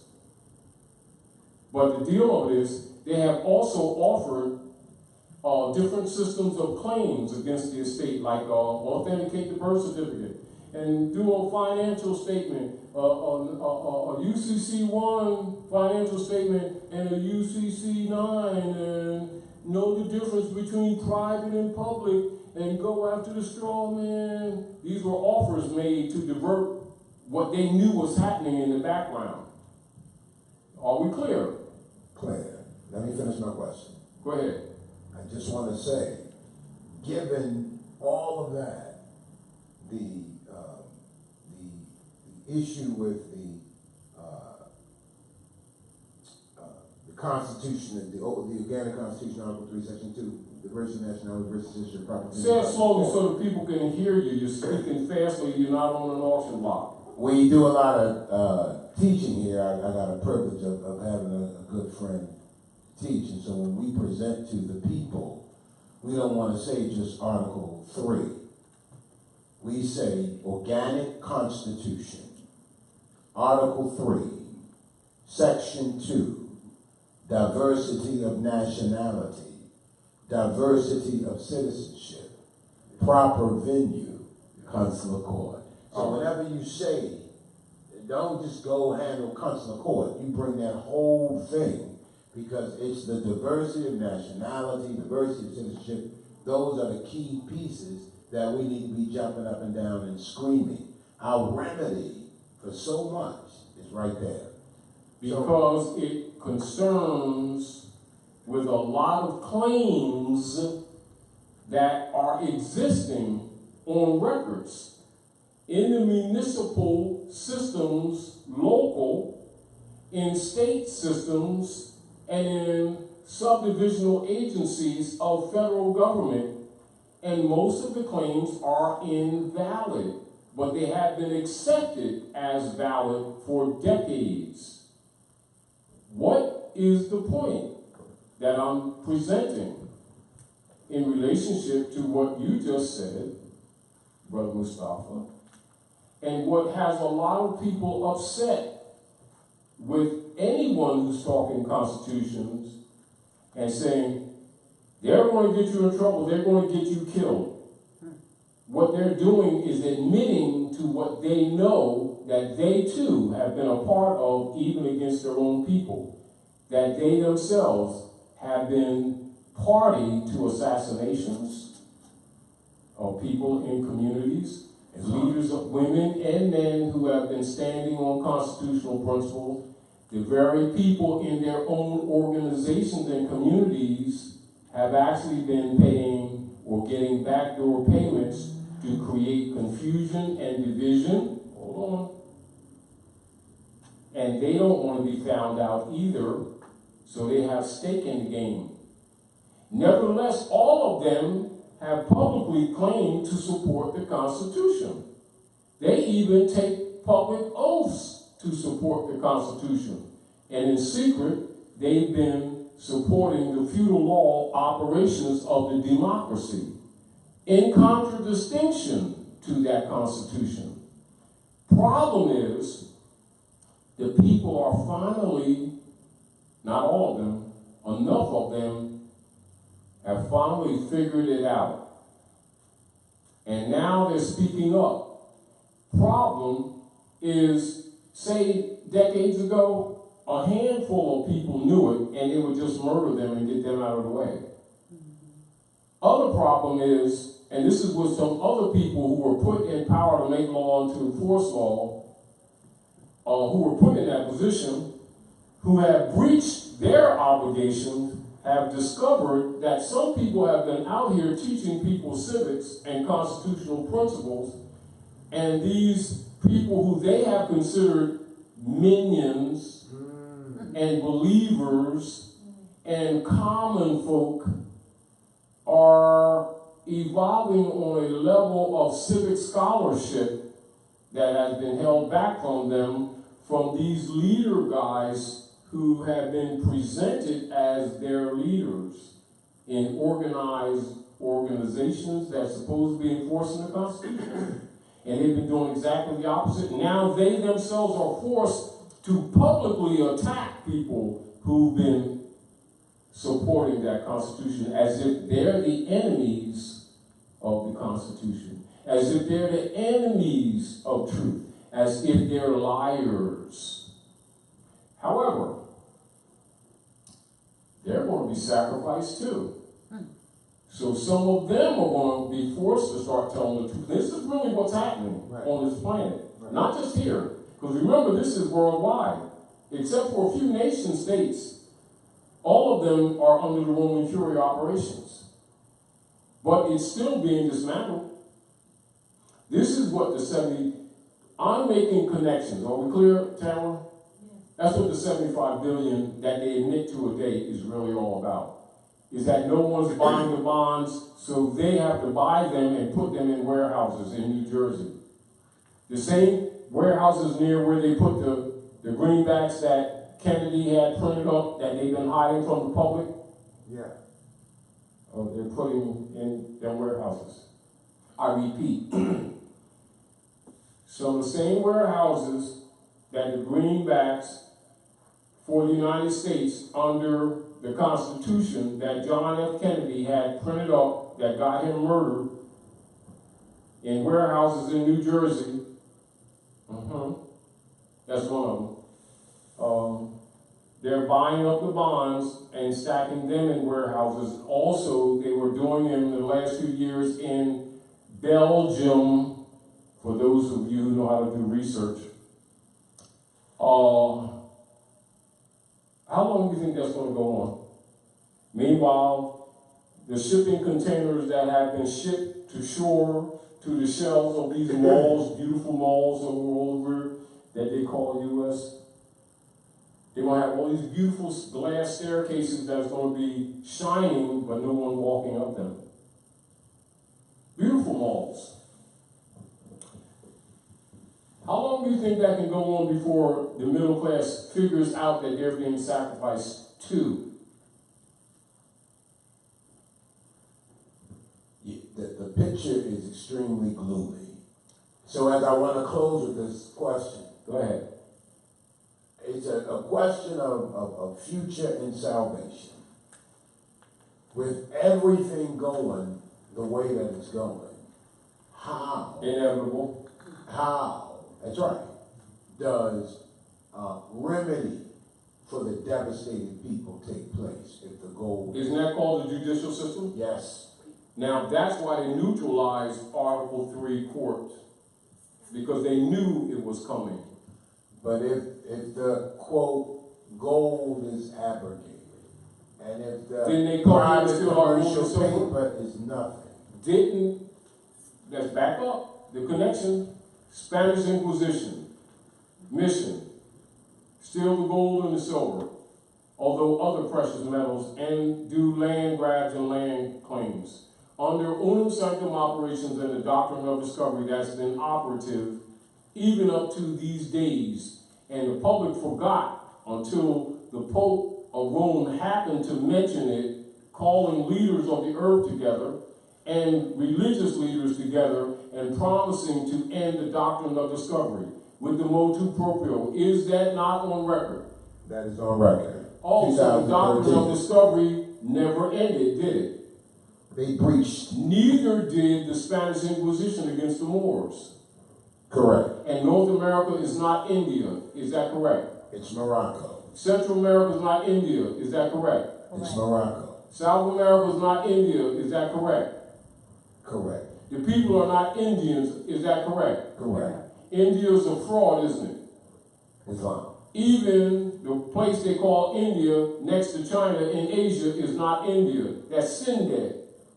Also known around a little bit over 2,000 years ago by the Mauryan dynasty as Hindustan. That's it. Oh.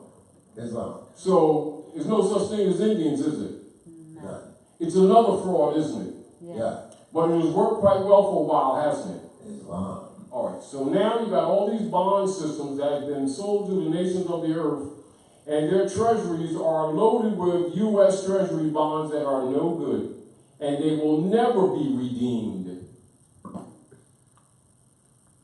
Meanwhile, they've been systematically murdering people off around the world, knowing that these bonds have come due. So they are keeping wars going on to kill the real creditors. Because the U.S. corporation hasn't had a treasury officially since 1922. So they've been operating off of the gold of other nation states and robbing them of their resources with their private commercial paper that have no backing whatsoever. Because it's toilet paper that they've been printing 24/7.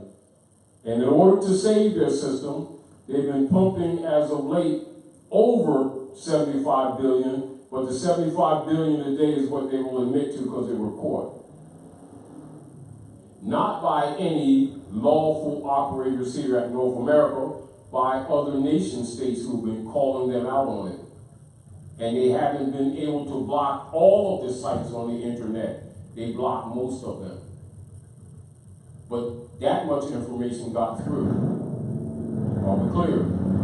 So in spite of the people being unaware of what's going on, that doesn't stop the world from being aware, and the world is not buying it anymore. So the deal of it is, all of the offers to capture the straw man are irrelevant, because the straw man is dying in the box. Get the point with the Wizard of Oz? Where the house falls from the ether, the houses. In my father's house, there are many mansions. That's right. The ethereal world, the house falls down to a wicked witch, and her stockings curl up. And Dorothy discovered, oh, that was Gucci ruby slippers there. And she starts doing the moonwalk inside. And she was a little confused, and they say, look, Doc, you just bumped your head. You're home. Because she followed the yellow brick road. It's a gold standard. You see the point? So people are upset because some of the heirs of the estate have said publicly, we're on the gold standard. She got a nerve. She can't say that. Yes, she can. She's an heir. Well, just because you're looking at the folks and the trustees who've been in breach for decades and claiming to be the sovereigns who never were the sovereigns, and they're not Americans either. Just because the people got used to that doesn't make it true, does it? That's not opinion, that's fact. Islam. Wizard of Oz, the curtain is pulled. Go ahead. So just a couple questions. I'm seeing some things that are popping up. One question or one comment. One question was, and it goes along with just what you were saying, is that 666 trillion a real objective for our people? Use your common sense. It's more than that. Yeah. That's only a signal to counter 666. For every claim that the demon platform has made, there's a counterclaim. That's what that symbolizes. And even that is more than they can pay back, because what they got ain't theirs. And it already exists in the global estate trust controlled by Rome and the Jesuit order. Meaning that what they have claimed is not their own. Just because they've been running it, still don't make it their own. Just because North America, Central America, South America, and the islands have been colonized does not make it the property of Rome under unum sanctum. answer your own question. Another question or comment, well, the question was, what's up with our consular courts? Why are they not functioning for us? And then someone said, you are the court, brother. And then There you go. And then, but then they said, yes, but. Third person. Yeah, but I guess we have a consular court and they are supposed to be running, then they should be running. Especially they tell us to send in removals and to aid the people. Now, what they're referencing, now notice the third person projection. Dr. Naomi. Yes. Notice the third person projection. Mm-hmm. What are they doing in the consular court for us? Right? Yeah, that was the question. Now, number one, the person who said that is obligated to have been doing the same thing himself or herself. And they're looking to others who have the guts to stand up and take the position of the obligation that already existed on everybody concerned. And they're looking for a sacrificial lamb. Well, you ain't getting none. That day is over. You ain't getting no more Jesuses for you to lynch and for you to sell out to Rome. So clean that question up for starters. And prepare yourself to take your places among the affairs of men and take responsibility. Because every man and every woman and every child must confess their own. And you're one of them, and you must confess your own. So stop looking at this thing from a third person perspective. Furthermore, have that person who asked that question contributed any funding to support the consular court on their behalf? But they have certainly supported the feudalists, and they're still paying taxes for them to counter you. Well, it looks like they said thank you for clarity. Oh, yeah. Because See, so like much this. is being, with that coming up, we in the last couple of days have been a little rocky, and a lot of things have been put out there, and I'm glad some things have been, made. Let's put it this way. Let's back up. Let me make this comment. Please do. When we talked the other day, the first thing that came to my mind, because I was busy, was when myself and Grand Chief Nature, Hill Bay, was suing the operators and the owners of the corporation in Neptune, New Jersey, and in Asbury Park. You know what they used in the federal court to try to counter our suit? Diversity. 12B6, diversity of nationality. And then some people claiming to be Jews wrote an article about me calling Tariq Bey the Fourth World War.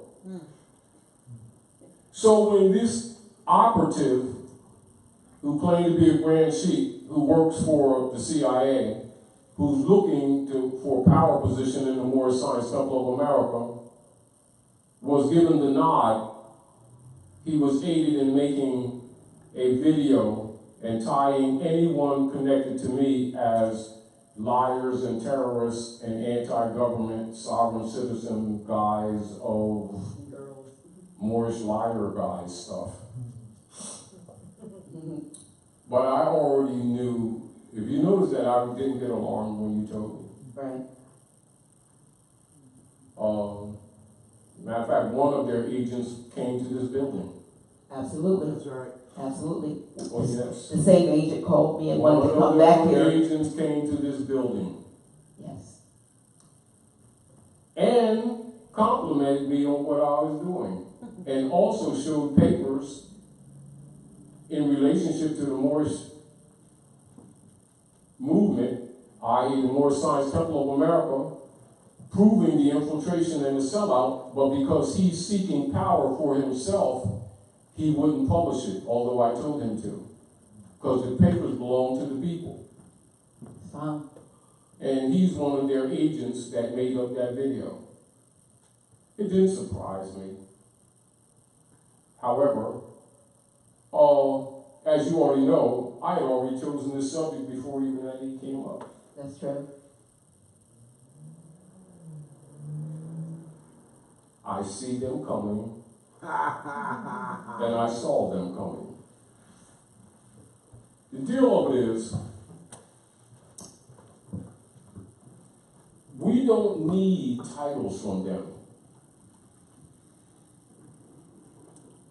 The people around the world support us. The people sanction us.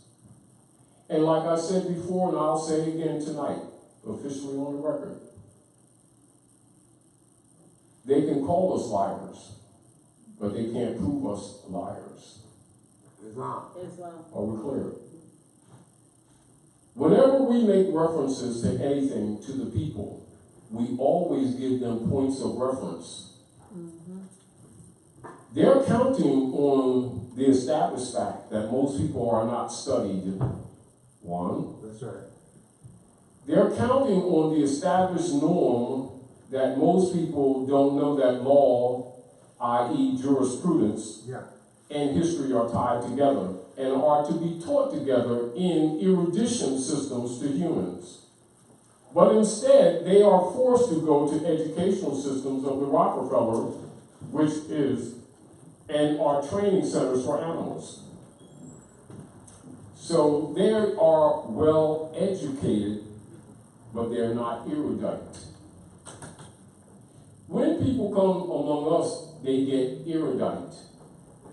There's a difference. That's called human learning systems. So those persons who work for CIA, that some of them wear feathers too. All right. Yes. That's right. Are kind of upset because this is what occurs. And it's not, I'm not doing this, so don't get that confused. You know, I'm not patting me on the back.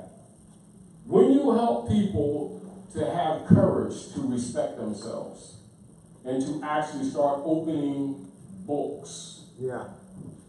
and studying again, in spite of Index Librorum Expiratorium, and in spite of Index Librorum Prohibitorum, that they begin to rewire themselves. And nature also assists them. Problem that the leader guys have is that they become irrelevant. And so now they're angry. That's what's happening. Yeah. But I ain't mad at them. The door's open for them too, because the work we're doing is for them and their families also, whether they appreciate it or not. Because it has nothing to do with ego. Their ego may be on the table. Mine's not. I don't come with the ego on the table.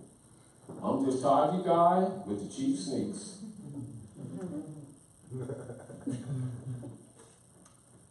And don't need a title. And I don't need their authorization. My mother authorized me, so let's get that out of the way. Any other questions? And that's like true.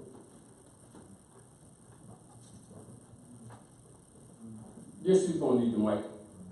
Take it back, she's gonna need it.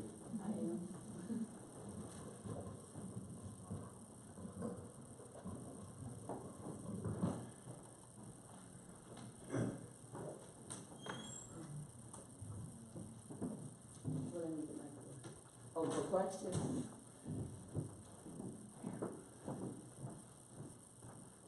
All right, what popped up? Oh, well, I think you're right for address this.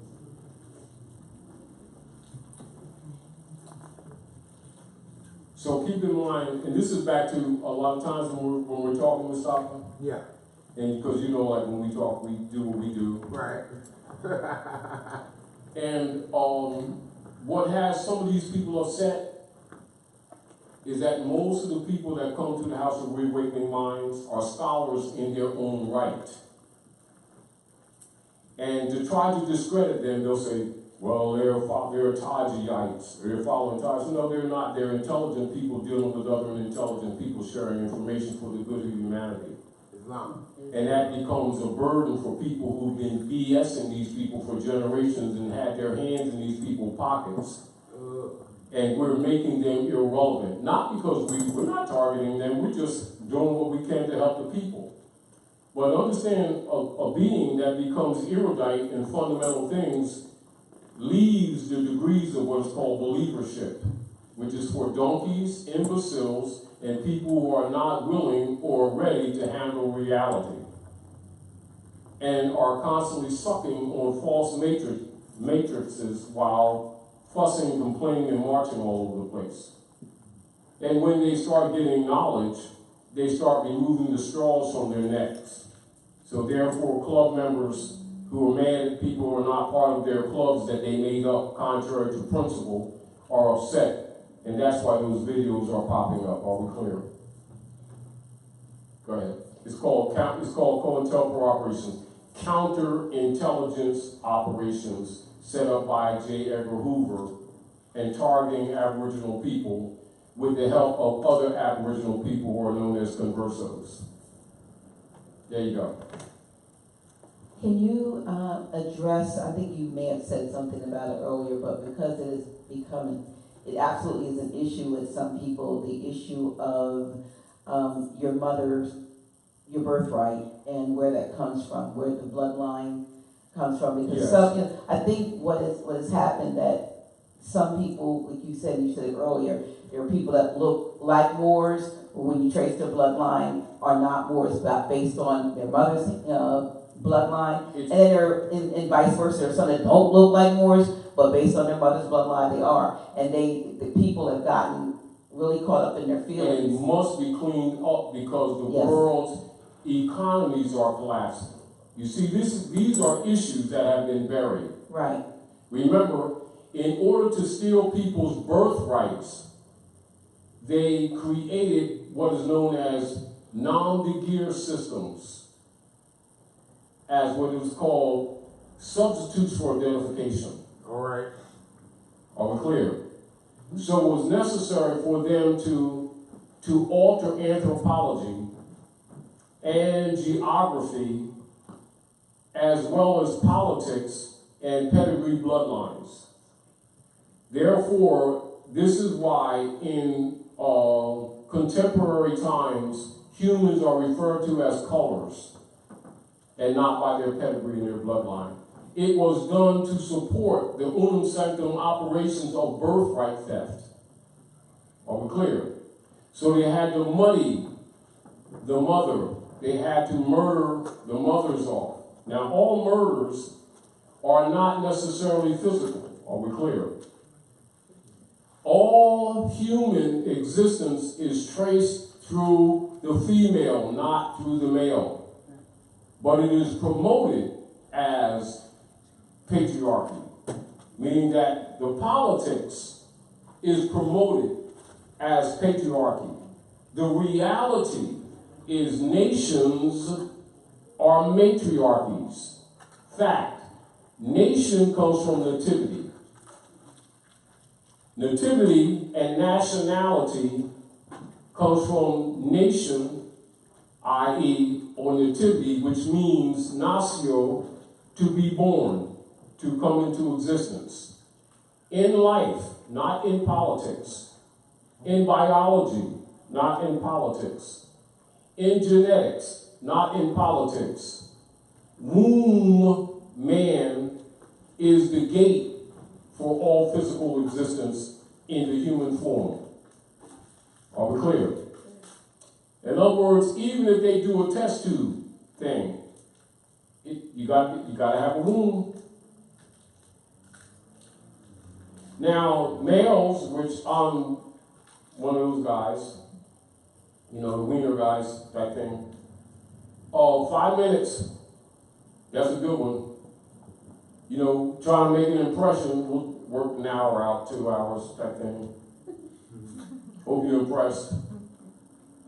Woman carries it 9 months. Who do you think does the work? Who do you think takes the phosphates, the salts, the potassium, the magnesium, the zinc, the gold, the other elements of the earth, and formulates soul of man's temple, known as Solomon's temple, which is this body, which is called muscles, tissues, electrical system, hair, bone structure, also known as musclemen, also known as Muslim, which has nothing to do with a belief system whatsoever. Has to do with a fetus, a body, constructed in the great womb of the matrix of woman, who is the grand architect. So all nations are matriarchies and are structured accordingly. Therefore, all wealth, starting with the womb, then the breast, then the earth, are called inheritances. And the culture is called heritage. It didn't say heritage. That doesn't take anything from the sons. But don't get confused with the fact that we're sent out or given these bodies to build with. Now, I'm a man. I already know what I can do as far as taking physical things and making them beautiful. But I do it because my mother made me.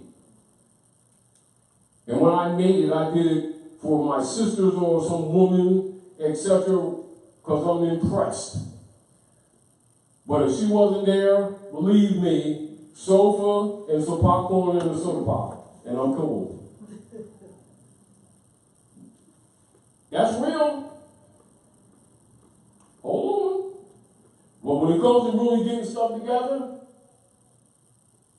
if a woman ain't confused by this BS that she's learned in this fake dead culture, she's the one that makes things beautiful. And she's the one that why we as men try to make things beautiful. Other than that, we don't even care. Give me a stick shift with these patches on the bottom of this truck, all bent up, and I'm impressed with listen to this engine. Wah, wah, wah, wah. Yeah, I'm impressed. Woman come around now, you want to get a $2,000 paint job and shine it up and stuff out there, you're up there shining. You don't care about that thing, you only care because she's around. That's how this thing works. Let's get it right. Nations, that's what nation is. Truthfully, are we clear? Yeah. All right, so get over it. Now, I want to make this other deal, because it's back to answering this question. Well, add this in. The person asks, so when they test the father, what part are they testing to identify the father in blood? They're looking at DNA. They're looking at X and Y chromosomes. They're looking at dominance. They're called recessive gene, dominant genes. And truth of the matter, while they're doing that, and what they do in most public displays is usually a lie. In other words, they'll have double records. Because they're always looking at the mother. They just don't admit it. If they're doing any anthropological study of human development, they're always going to be looking at the female while talking shit. And talking about, see, because even in terms of paternity? Wait, paternity is a process of the building of these bodies in the womb. And father is derived from pater, which is derived from paternity, which isn't gender, it's process. So every male comes from a female egg. Get over yourself and stop the BS. You know, let's just, why do we need to continue to keep wasting energy on bull when the people know in their heart what the truth is? Because what they're trying to preserve is the patriarchal system of Rome that's destroying this planet, because they don't want to admit that every man got a belly button and came from a mother. And no mother came from Adam's damn rib. Get over it. Adam got a belly button. You better look above that grape leaf.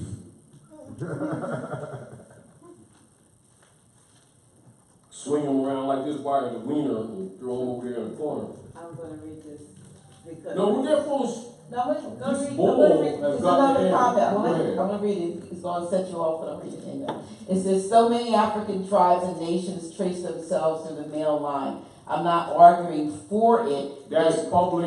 But it needs to be addressed directly, including Emperor Haile Selassie and his grandfathers Menelik II and Johannes IV. It seems like he's not naming information that would strengthen his argument. I don't know if he That's means public. you Let's or look at he this. meaning them. Let's look at this. Let's look at this honestly. Most of what's presented in the world, even concerning the African nations, is a contradiction because most of the people who are presenting that information are puppets of England. Under the patriarchy of the operations of the Spanish Inquisition against the Moors. That's not unknown.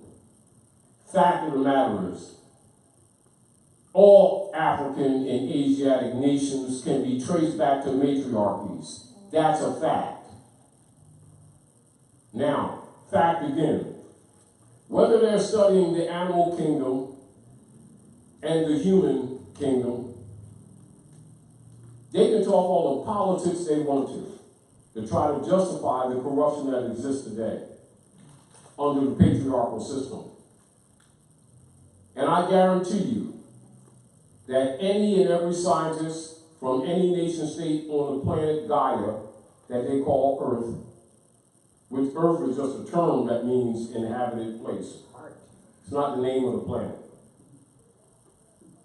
Will trace all life form to the woman. And they can lie all day long and try to figure out how to dance around this all day long. And what I don't do is play with them. And you show me any male of anything, they got these buttons. See that button right there? That sucker don't feed nothing.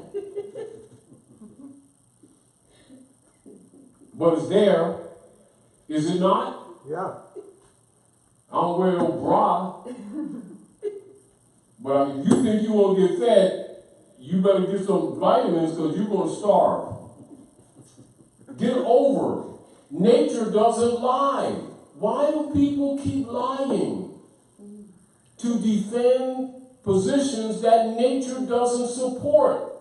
And then think they're going to continue to get away with this. We need to start wasting energy on lies that we've adopted and cultivated to our own injury. Any scientist around the world can tell you anything publicly to get paid, to get funded. And in secret, all their notes trace life forms to the female. They want to study roaches and how to kill them, they're going to study the female. They want to study animal life on farms and talk about cultivation and stuff. Yeah, they might do a little bit of genetic stuff on the bull to give them a couple more muscles, but it's only because they want them to stimulate more eggs. That's all he's doing is stimulating, like a little electrical charge. Do you understand? Well, she got all the eggs on both sides. Every woman got enough eggs in her fallopian tube to create a nation. That's why the Pope claimed the eggs with the marriage certificate. That they, like the preachers, lie to the people and say it's a contract between them and God in heaven, knowing that it's a bond claimed by the Pope of Rome. And they are a part of it too. Damn suckers. Parasites. And married Preachers, politicians, pastors are all parasites and partners and pretending they're separate and tie you to the state of. and always complaining about Taji God and calling me a liar. I say nature supports what I'm saying, and I'll stand on that. And I will never apologize for telling the truth. You don't have to. So don't expect it. We don't expect it. And I can't be bought. Thank you very not much. Okay, I don't know what this is a different subject matter, but ask Taj about setting off debt. Setting off debt. This is what setting off debt is. When founding Skull and Bones member, known as Franklin Delano Roosevelt, in 1933, in an action that's noted in congressional records, reestablished another shell corporation that had, of the United States Corporation that went bankrupt again. Now that one that went bankrupt was the one that Woodrow Wilson set up in 1913. So keep that in mind. Now, for those of you who are listening and those who asked that question, go look up United States Code of Law 95, subsection A and B.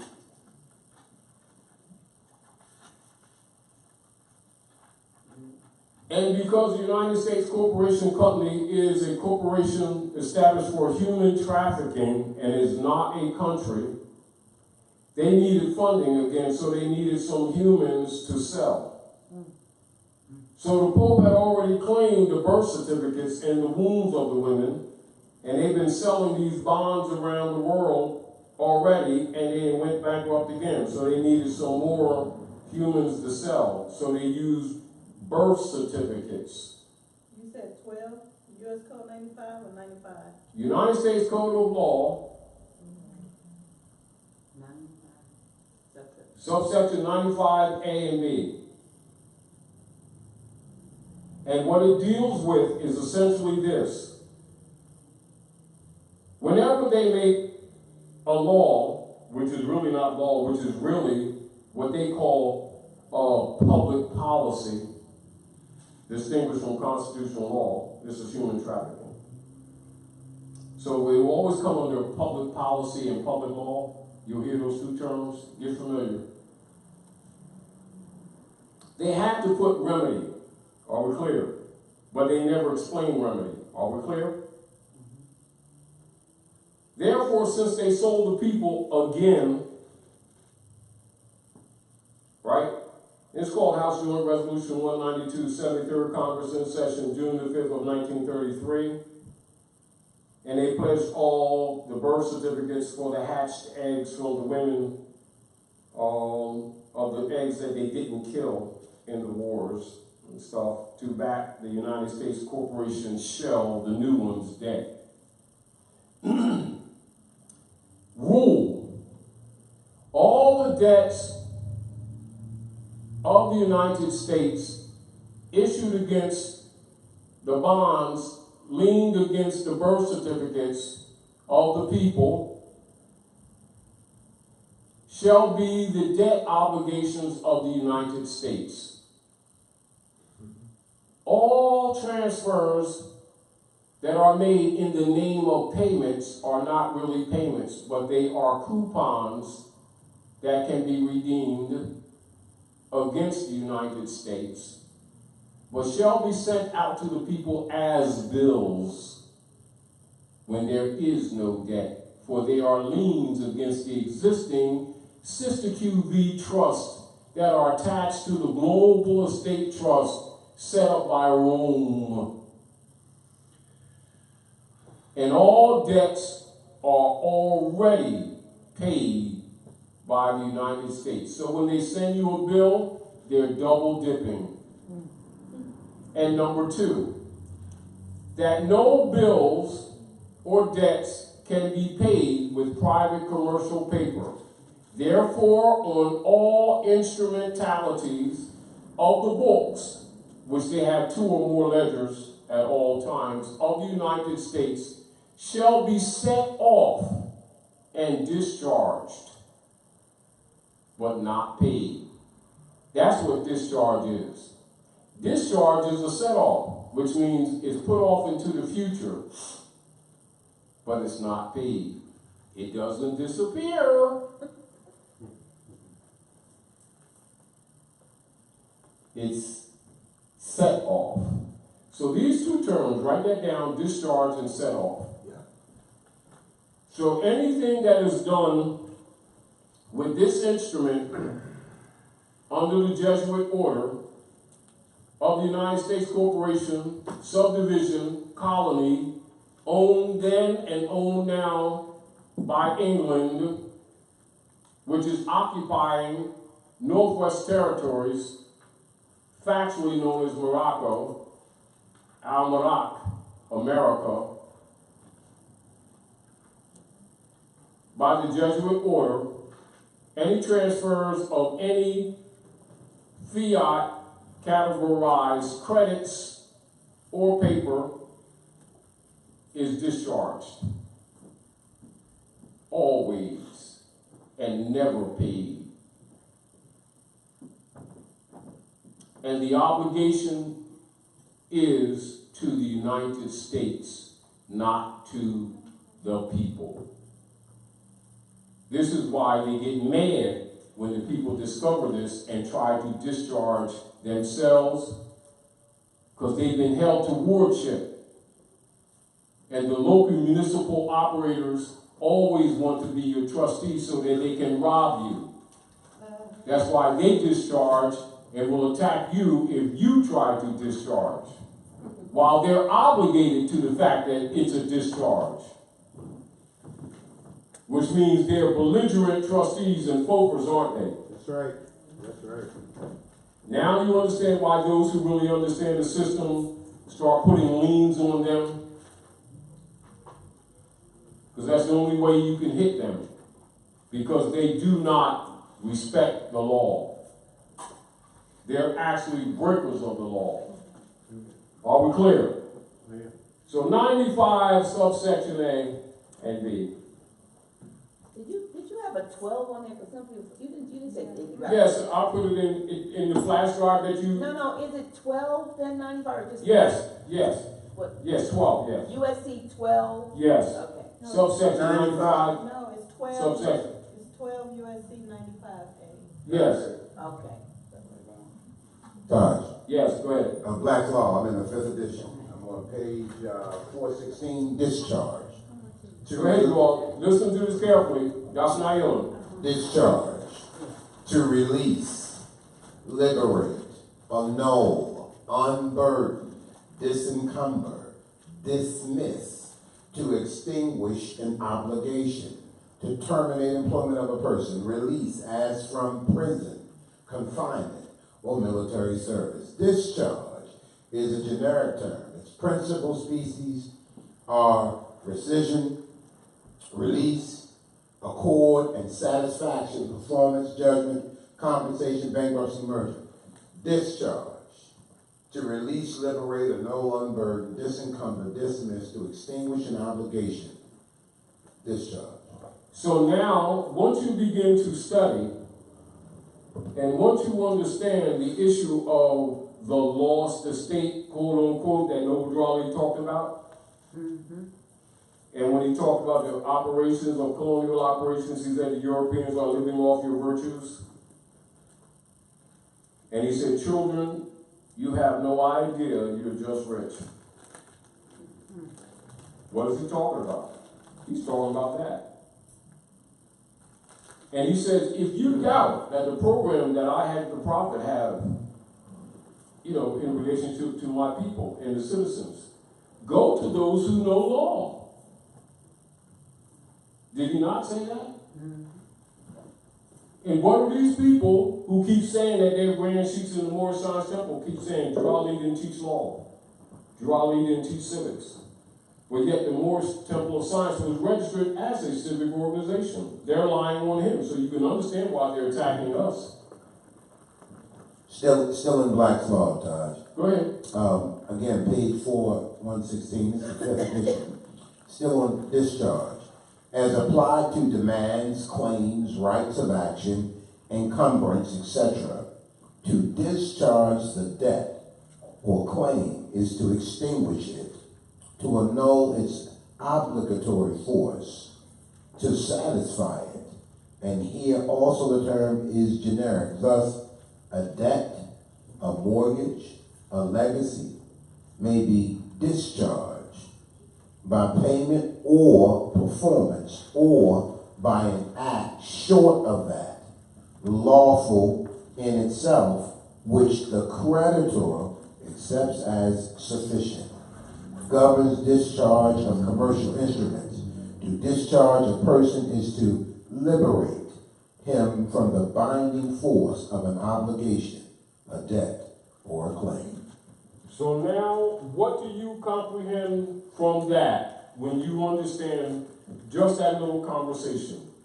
That the average person, even given this information, a lot of them, unless they've been studying, it still goes over their heads.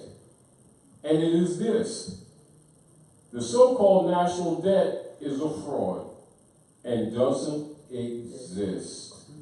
That's why they don't want you to nationalize. It doesn't exist to the living, breathing, sentient It doesn't exist. It belongs to the United States Corporation Company of England and Islam. not to you. Islam.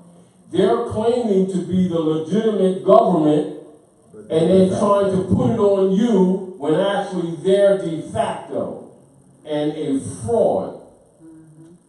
And the debt is theirs that they've been converting on you all the time. People gonna It's be upset. discharged already. That's right. Double dip, triple. Now, Dr. Naila, Here it goes. I talk to you. We have a lot of conversations, outside of this venue. And you get into subject matter that some people would call deep. Right? But it's common to you. You know, and I know, in a lot of our conversations, we can get into a lot of subject matter that would be absolutely interesting to these people. What good would it do when their foundation isn't there? What, is to pump ego that I can get on multiple subject matters and sound interesting? I'm not interested in sounding interesting. I'm interested in solution. I'm interested in resolution. There you go. I'm interested in remedy. There you go. I'm interested in uplifting fallen humanity. I'm not Islam. interested in ego. I'm not interested in titles. I'm not interested in collecting a lot of fiat. You already know what I'm able to do, skill-wise, anyway. Right. The time that I'm doing here, that I spend here and doing other things, I could use my skills and go generate a lot of this stuff and live quite comfortably. Absolutely. But I would not be happy. What I do is not just for the people, it's for my own therapy. To some degree, it's selfish, and I admit it. Do you understand? Because I wouldn't be happy.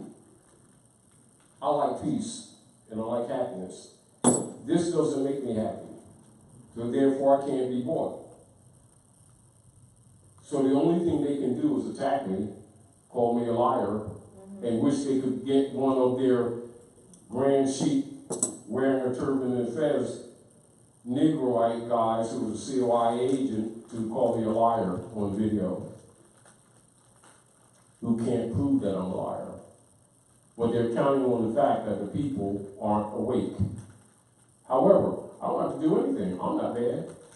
Because the people are going to come choke me when they find out that he's an agent for the CIA. Once they have the knowledge, I don't have to tell them anything. Because it's their birthright, not mine. It's their birthright. It just has to dawn on them that it's their birthright. See, as long as they think it's your stuff, my stuff, your stuff, you guys stuff, ain't my stuff. It's their stuff. It hasn't, some people hasn't dawned on them what birthright really is yet. You wait till it dawns on them. You know, that's why Drew Ali said when Drew Ali was on the scene, he said, if I told you everything, you'd go back to sleep. The half has not been told. He said, if I told these boys everything, they'd tear something up. That's why they're mad, because Taji guys telling them some of the other half that they've been cheated out of by some of these grand sheiks and sheikesses and grand moderators and grand governors who were put in power to make law and then turn around and lie to the people and say, Drawley didn't make law and they don't deal with this constitution stuff that Taji guy's talking about. Let me say this. Timothy Boyd, yes, this is live, but we cannot get to every question or comment that you put there. This is live. Did you get that? Thank you. Well, we're trying. It's all right. We can't get every question, every comment. It's one Yeah, person but wants to know we're- this is live. we're It's just trying. live. And this is We why just can't get to everyone. concept, if we get concept across, Yeah. we've answered your question. Yeah, listen. If you understand see, this is really what it is. And I want to explain this to everyone, because I understand the frustration. Because people are asking questions, and they're legitimate questions. And even the criticisms are legitimate. Absolutely. They're coming from what they know. But they're also coming from what they do not know. Our position is to do what we can do to share with people information that we know is systematically held back from them, so that they can make better decisions, and not to destroy institutions. The institutions are being destroyed because they're frauds. Not because we're exposing them, it's because they're frauds. And as people grow up and stop being believers and start being knowers, it is they who are tearing down the institutions, not Taji Guy. And you know what I've noticed, Grand Sheik? Yes, go ahead. Even some of the questions and the comments that are put there are those on the live feed that will respond, and their response is valid. So it's really no need for me to even us to bring that question to you, because I see where it's been answered by someone else. Because they know. They just maybe they just want to hear their name read or their question read, but somebody's responding, and that's what you want. You're not making Exactly. followers of Taj Tariq Bey, and I don't know how much more We takes to do stress that not promote that. We are against followership. Absolutely. That's what got you in trouble. It is. We're for liberating. Islam. We're for presenting fundamental principles to people where we can come together and build things for humanity, not compete Islam. and argue. That's what's wrong. Are we clear? Back to other principles which we were talking, me and the brother was talking earlier. Because some people run into this problem. Yeah. One of the experiences or lessons, life lessons that you yourself knew of but demonstrated a few weeks back. So I don't have to tell you, you experienced it. Now it's yours. Yeah. 2-3 years ago, I could tell you these things and you could look at it and be interested, not believe it, Right. but it's different when you walk the walk. Yeah. Yeah. So get out of the boat, Peter. There you go. Walk the water. Talk about a tribunal. Now it becomes your own. Yeah. Now, irregardless of what takes place with others or what others say, Right. you understand better, even though you already knew Yeah. jurisdiction. Yeah. But the administrative clerk Yeah. told you, I have no jurisdiction. I have no jurisdiction. Do they publish that? No. You damn right they ain't. Do them club members, Grand Chiefs, who've been making these videos, tell the people that? No. They'll say, Taji Guy got Mustafa in trouble. Ha ha. Wasn't no trouble. We got ripped. No, what we've been doing is trying to get people out of trouble. Islam. And people come to us in trouble because they haven't been helping them. Islam. And their job was to help the people. And they've actually betrayed the people. Oh yeah. That's why they spend their time attacking us instead of Rome. Right. They accept a stranger before their own blood. 25. In violation of their own law. So we already know they're frauds. Yeah. But the deal is the people are starting to learn that they're frauds. And they're mad. They think we're attacking them. We're not attacking them. We're just teaching the people the truth. And the people are seeing them for what they really are. That's all. They're saying, the truth will withstand the yeah, they've been collecting for 70 years a bus fund. I ain't seen no bus yet. Maybe Todd, you guys saying something there. They've been collecting funds for 100 years for building a roof. It's still leaking. Maybe Todd, you guys just tell the truth, maybe. How about that? Please. You people are full of it. Give it a mic. I want you on the mic because I don't want none of it missed. I just thought about what I was gonna say. Spoke before an hour ago. First thing to go. Islam. Islam.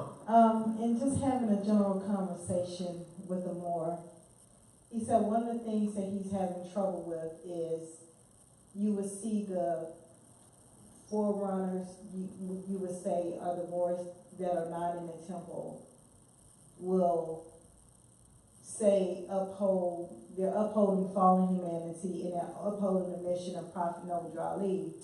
However, when they go to visit the temple, inside the temple they would say, well, the Moors are not upholding the bylaws and constitution of what the prophets say. I think he said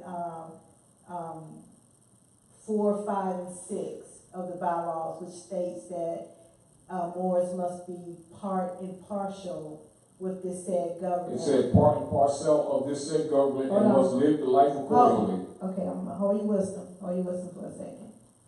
I'm just having a conversation. Go ahead. It must be part and parcel. He said partial, so I'm just gonna Go what he said. say conversation. He states that the bylaw states one must be part and partial of this said government and to not overthrow this said government. Being Moorish American, Okay. you are part and parcel of this said government and must live the life accordingly. Mhm. Now, you must identify this said government. That was my conversation. That was my response back. Let's look at the time period of which the bylaws were created. Let's look at that aspect. So let's Prior to 1933. That's why I said let's take all this. I said let's look at the establishment of the Moorish Science Temple. Of that time period, the Canaanite Temple, Moorish Science Temple in 1913. I said, let's look Old at... Canaanite Temple, Moorish Temple of Science, then Moorish Science Temple of America. I'm giving you a conversation. Yeah, go ahead. I'm giving you a conversation. Okay, so let's look at the time period of the bylaws. So you're making a statement in today's current government system does not fit in the time period of which the bylaws was created. Therefore, so you see a conflict, but the conflict comes into where the prophet said uphold the main thing stands the same with the foundation to uphold the Constitution. So it's not saying negate the bylaws because the bylaws was before the overthrow of very simple. This is very simple. So let's get into that Let's get into that. This is very simple. Mm-hmm. You know how we always told people from the round table for years? One of the first things that we do as a protocol is send them to the temples so that they can see for themselves, not what we say, that they can experience for themselves the contradiction between the people who are running them temples, and then when we send them to the microfilm to read Noble Drawley's statements, including the divine warning by the prophet for the nations, and that's plural, not singular. The Moorish leaders' message to America, in particular, religious controversy. All of these are established documents set forth by Noble Drawley, including the letter that he commanded to be read before every meeting a few months before they assassinated him. That they don't read.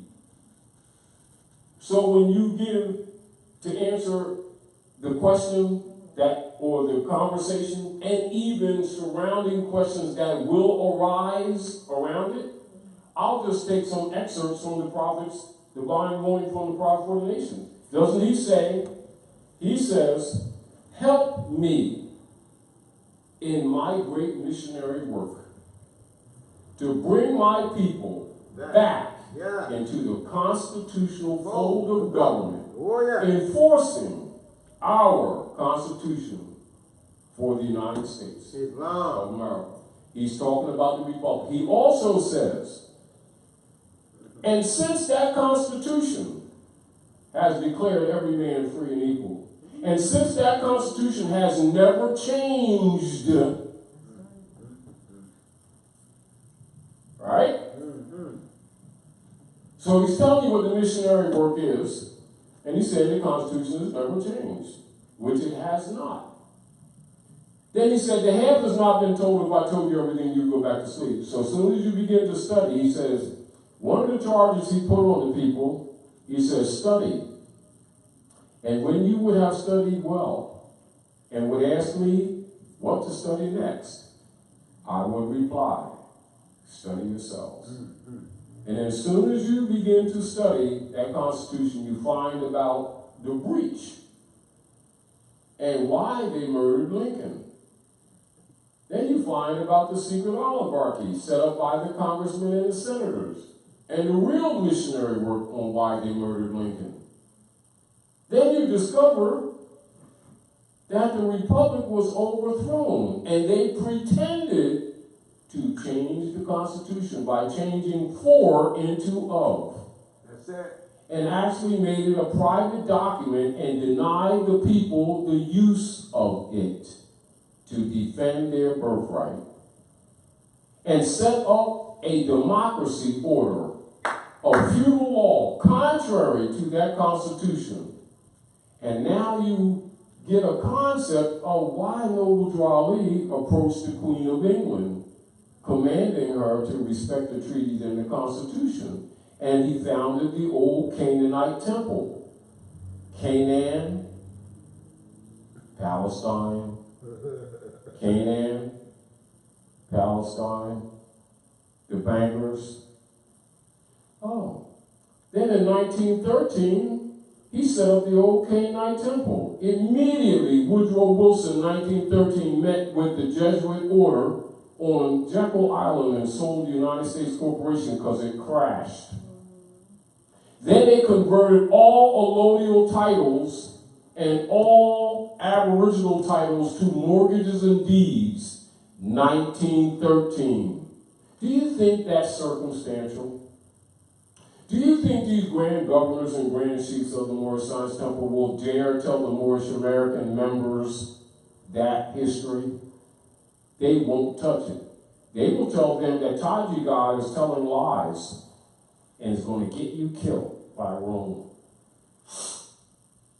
Because they're in partnership with Rome.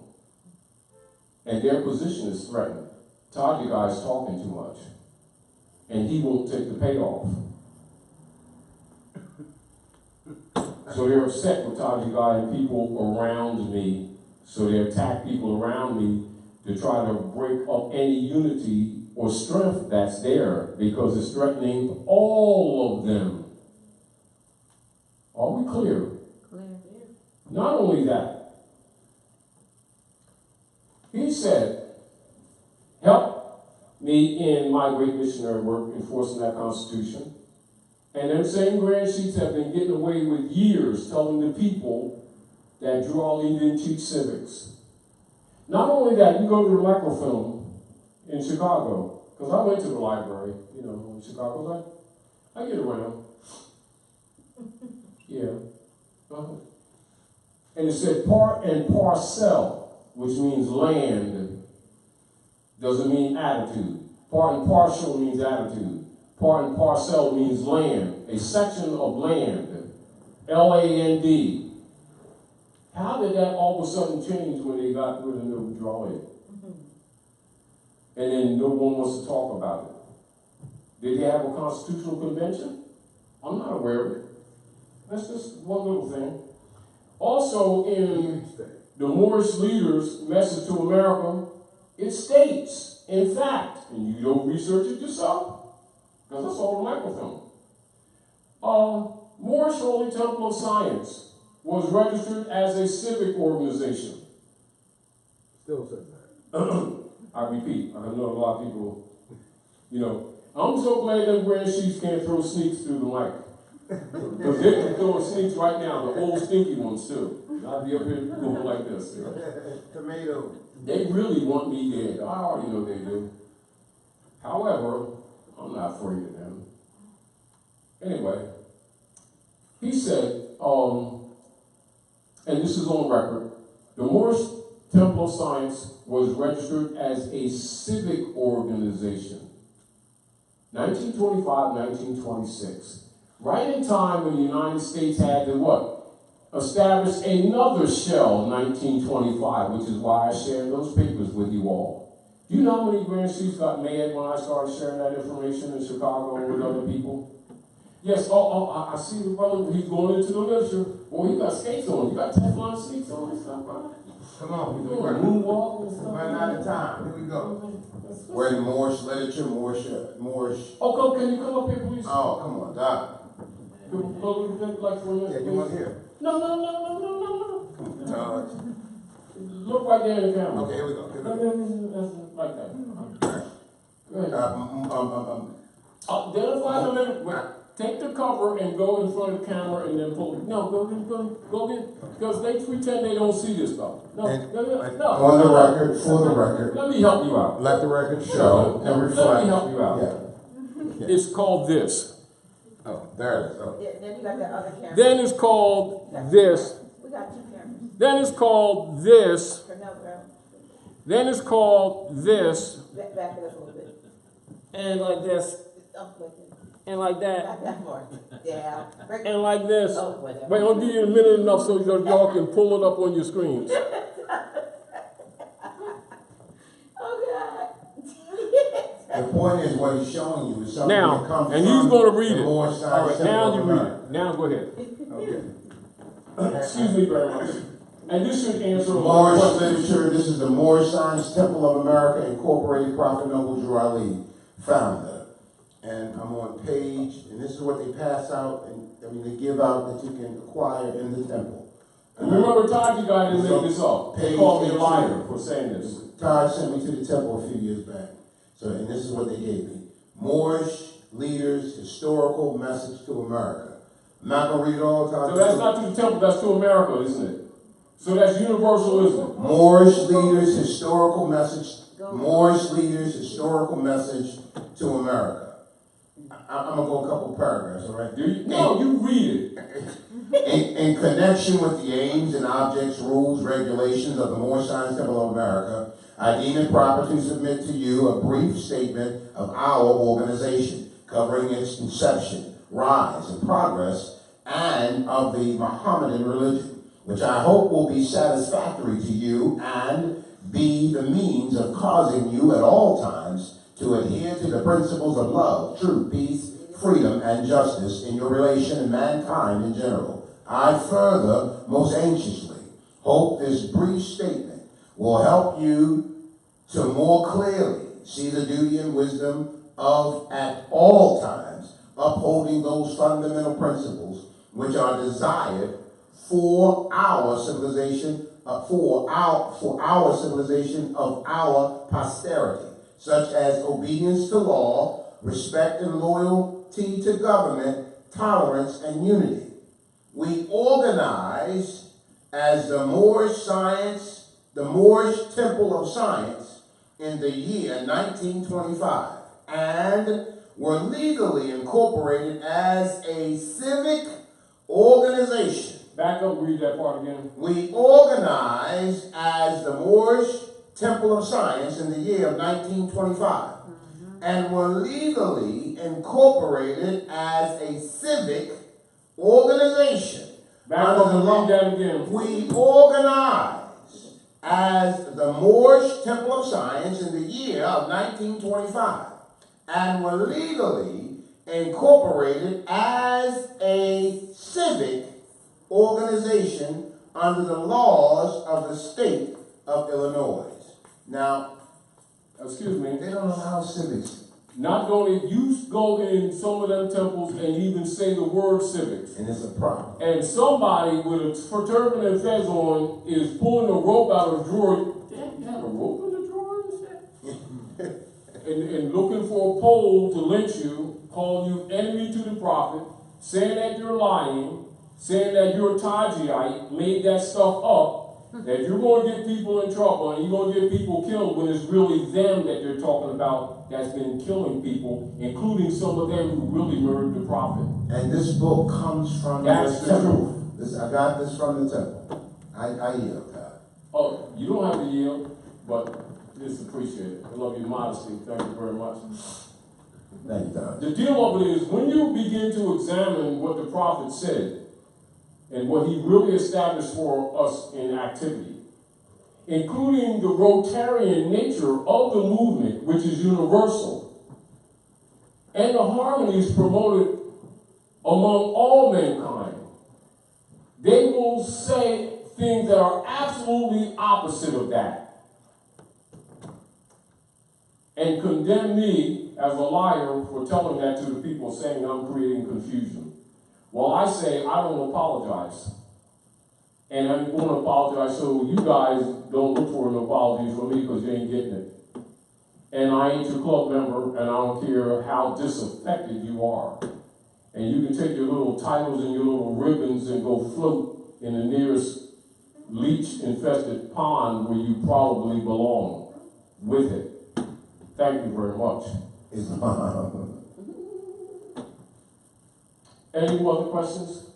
Tamara, I think that answers a lot of questions. Not me, the prophet's words. Absolutely. Absolutely. Now, they can take it as they will. You know, but what they're not going to do is call Taji guy a liar and get away with it and then say that they're supporting Nobudrali because they're not supporting Nobudrali, they're liars. But they know that most people don't read and don't see that, or they don't pay attention, or they read past it without paying attention to what's being said. You know, like people start repeating things like 1, 2, 3, 4, 5, 6, 7, 8, 9, 10. Damn, he can count. How much is 2 and 2? 2 and 2 is 4. How much is 4 and 4? 4 and 4 is 8. How much is 100 and 100? And they start getting confused. Same rule applied. What's up with y'all? You get the whole point? Well, you got 3 numbers instead of 2, man. That's not fair. No, the same rule. If you can count, the numbers don't matter. The principle doesn't change. All of a sudden, grand governors of the Moorish Science Temple keep telling people, they ain't teach no civics and shit here, that Tajiite stuff. This is a religious organization.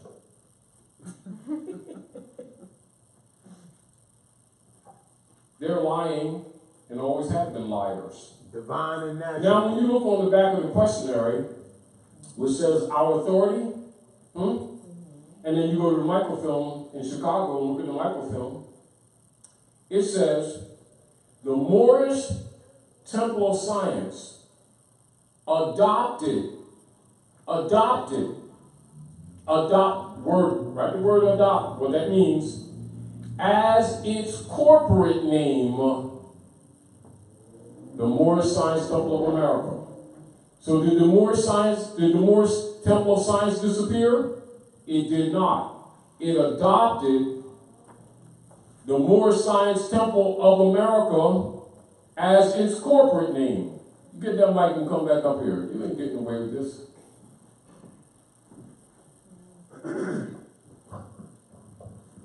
I must state for the record that what I'm about to bring is what the temple gave me, Todd. He's gonna state for the record he got Teflon sneaks on. Where you want me to go? I want you to read it. You come over here. The camera. Okay, here we go. Yeah, like we'll move this chair over. No, you good. Come on, Todd. Right. Our authority, copy, book 521, page 579, State of Illinois. Slow down, because they'll pretend that they didn't hear what you were reading. Page 579, State of Illinois, Cook County. And it says SS, which is synopsis series. Number 101. Which means subsection in law. That's Go right. ahead. 1015905, and that's a decision ruling, Tosh. Oh, yeah. Corporation, religions, affidavit So it's a religious affidavit, isn't it? of organization. Thank you so much. Form number 1099. State of Illinois, County of Cook. SS 1928, August 1st, what is that? at 2:52 p.m. So it's giving you time, it's 1928, right? Yeah, Is 1928. that 1913? 1928. Is that 1913? 1928. Is that 1913? No, Oh, why did you say 1928. so? No, Go no. ahead. I'll go read it. And recorded in book 521, page 579. I, Noble Drew Ali, recorder. The recorder is Salam's Jaskanowitz, Skik. Moorish Science Temple of America, held at Chicago in the county of Cook. The microfilm said Moorish Temple of Science held at County of Cook a meeting and adopted as its corporate name the Moorish Science Temple of America. And they altered that document too, conveniently. But go ahead and read it out anyway. Okay, I got the corrected version. You want me? No. Held at Chicago in the county of Cook and state of Illinois on the 20th day of July, AD 1928. For that purpose, the following persons were appointed sheiks, according to the rules and usage of such: Moorish Science Temple of America, you got something to say? Do solemnly swear at the meeting of the members of the Noble Drew Ali, Merely Eel, Small Bay, Lovett Bay, and Foreman Bay, the Moorish Science Temple of America, deriving its power and authority from the great Quran of Muhammad to propagate the faith and extend the learning and truth of the great prophet of Ali in America, to appoint and consecrate missionaries of the prophet and to establish the faith of Muhammad in America. And said Moorish Science Temple of America adopted as its corporate name the following Moorish Science Temple of America. It's already obvious that's an oxymoron, isn't it? Yeah. Yes. They're saying Sears adopted the corporate name Sears. Sears had a meeting to adopt a corporate name Sears. Sears had a meeting to adopt another name, and the other name is Sears. Wait a minute. Lay's Potato Chips had a meeting to change their name to Lay's Potato Chips. You didn't need that meeting. Do you get the point? Now the microfilm says, Moorish Temple of Science. They had a meeting, and the Moorish Temple of Science adopted as its corporate name the Moorish Science Temple of America. That's right. No, we have that corrected version. Let me 20 seconds. I had the privilege of getting, this is what they pass out in the vast majority of all the temples, what I'm reading. And of course we can acquire. Except the one in Newark, New Jersey where he founded the temple, and also the one in Asbury Park, and the one in Canyonland. Right. They will pass out the original material, which would be contradictory. So we were able to grab, through Taj, I'm going to tell all the soul returns you had. Have fun. He had in his possession that was very helpful to us, a very, very old 101. And there's clear that infiltration has obviously taken place. And the books have, somebody has come in with unclean hands and a horrid soul, and it's presenting fraudulent or modified, do we want to, is that a good one? Modified information of truth. Slightly altered. Altered information of truth. And presenting it as truth, and that's a huge problem. Took a few zeros the off vast the bill. majority of the Moorish Science temples of America, if you're in the temple and you're getting this information, it is not the Dejure. How's that for your word today? So now we're talking Defacto and Dejure, again, aren't we? And as we talked about earlier, because me and Dr. Naila was having a conversation, and because we whenever I get a chance, we talk, and as any of you who already know, she's very humble and modest about a lot of things, but you already know that she can get deep. Islam. But that's just the nature of her. You know what I mean? And then plus she has a poetic mind. So you already need, you know, she thinks multifacetedly. She thinks on multifaceted levels. And so when we usually get in a conversation, we always have to end it without ever finishing it. Like tonight. Yeah. Truthfully. And so a lot of times I always try to prime her to get involved. Because a lot of times she'll back off and everything. But the real deal is, you know, she has so much to offer to people analysis-wise and analysis-wise. And I encourage her to do that because it'd be very helpful. And because she's modest in so many areas, she said, well, I'm not so grounded in that. Yes, she is, but I am, and you go ahead and do that because I'm not. Yes, she is. You know, so I'll ask her and I'll, you know, just put her on the spot and just tell, you know, say, well, go ahead and jump in and do this. Because I already know when she does, she'll let them little jewels out. That's why a lot of times I tell her, keep the mic. I think we got to get 3 mics out here, 2 and enough. Closure now. But go ahead. I know we're over time, but go ahead. But go ahead. Say what you think. Now this is the point, and this is relative to some of the questions that are on the board that are not, people don't get a chance to answer, or to ask, or to be answered. I think we pretty much. The deal of it is, as we always say, and we will say again, if the people read the divine warning by the prophet for the nations, Islam. and the historic message to America, that will answer so many questions for anybody, any researcher anywhere on the planet that says, like, what's that Moorish movement is all about? And one thing that any honest researcher will come to the conclusion, undoubtedly, is that he's telling you that where you are now, you will not be later. That you're brought in on an introductory level. And that they don't stay stuck here. And he also told the Moors this, and keep this in mind, and this is also what has a lot of these COINTELPRO operatives upset with us. And they will never tell the people this. Noble Drawley said, the nations of the world and the nations of the earth have your history.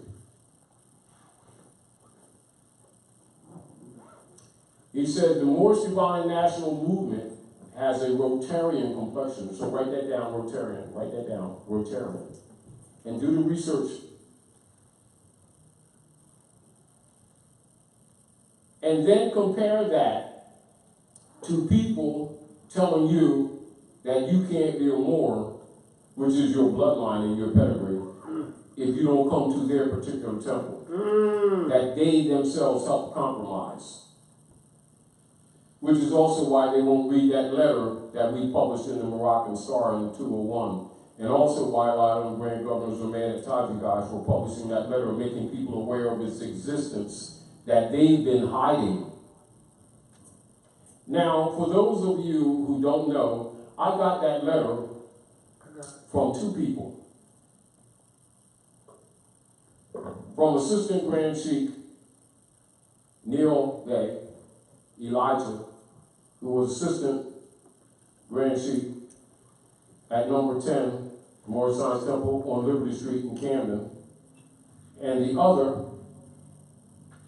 was Grand Sheikh Hamid Eel, who was the last Grand Sheikh to walk with the Prophet Noble Drawley in the flesh and maintain the integrity of the Moorish Temple of Science, Holy Temple of Science in Newark, New Jersey, where Noble Drawley founded the old Canaanite temple and maintained the integrity of the Moorish Holy Temple of Science. And that's a fact. And he's the one who gave me his own Quran and gave me also the bylaws off the wall in a frame, which I have today on my wall. Gotcha. And the first time he met me, he said, because I know you're going to do something with it. I never met the man before and I've never seen him after. And that's what I've been sharing with you all. Come on up here, brother.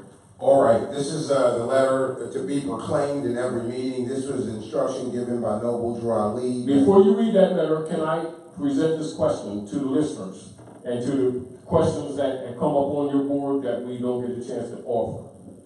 I always send the people to the temple, and some of these grand chiefs and sheikahs of the Moorish Science Temple have accused Tariq guy of stealing temple members or telling them not to go to the temple, and that's the first place I send them. That's for them to have their experience, to see what's against them so that they can protect the prophet and the movement. Because I know when they're awakened, they will clean them temples up. Just like the prophet said, they're going to start coming in with their eyes wide open. They just didn't think anybody be out here opening these people's eyes. Now, this is the letter that the prophet himself commanded to be read before every meeting. And I guarantee you, for these people who've been looking at these videos set up by the COINTELPRO operatives with turbans and feathers on, particularly in recent days, why ask them when you go to them temples why they don't read this letter. Now read the letter clearly, slowly, completely. Date and time. Moorish Science Temple of America, Home Office, 3603 Indiana Avenue. Noble Drew Ali, founder. Chicago, Illinois, January 18th, 1929. To be proclaimed in every meeting. Dear brother, Islam, I'm glad to know that I have few faithful Moors among you all, and I desire for them to know the truth and the divine truth.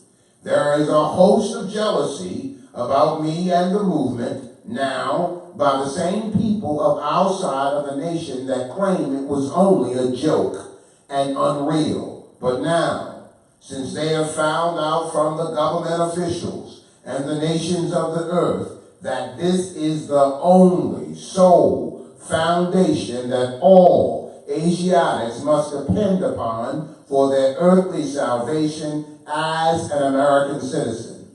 They are working every scheme that they can to disqualify me so they themselves may take charge of the situation. I have notified all these things to you long ago in the past.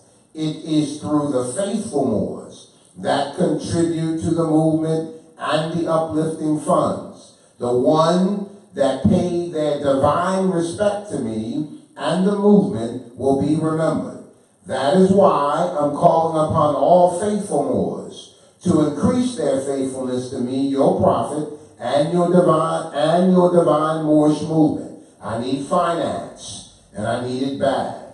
Never before have I needed finance as badly as I do at present, that I may shove aside the discord that is facing the nation. It all comes through jealousy because of my fame and nobility.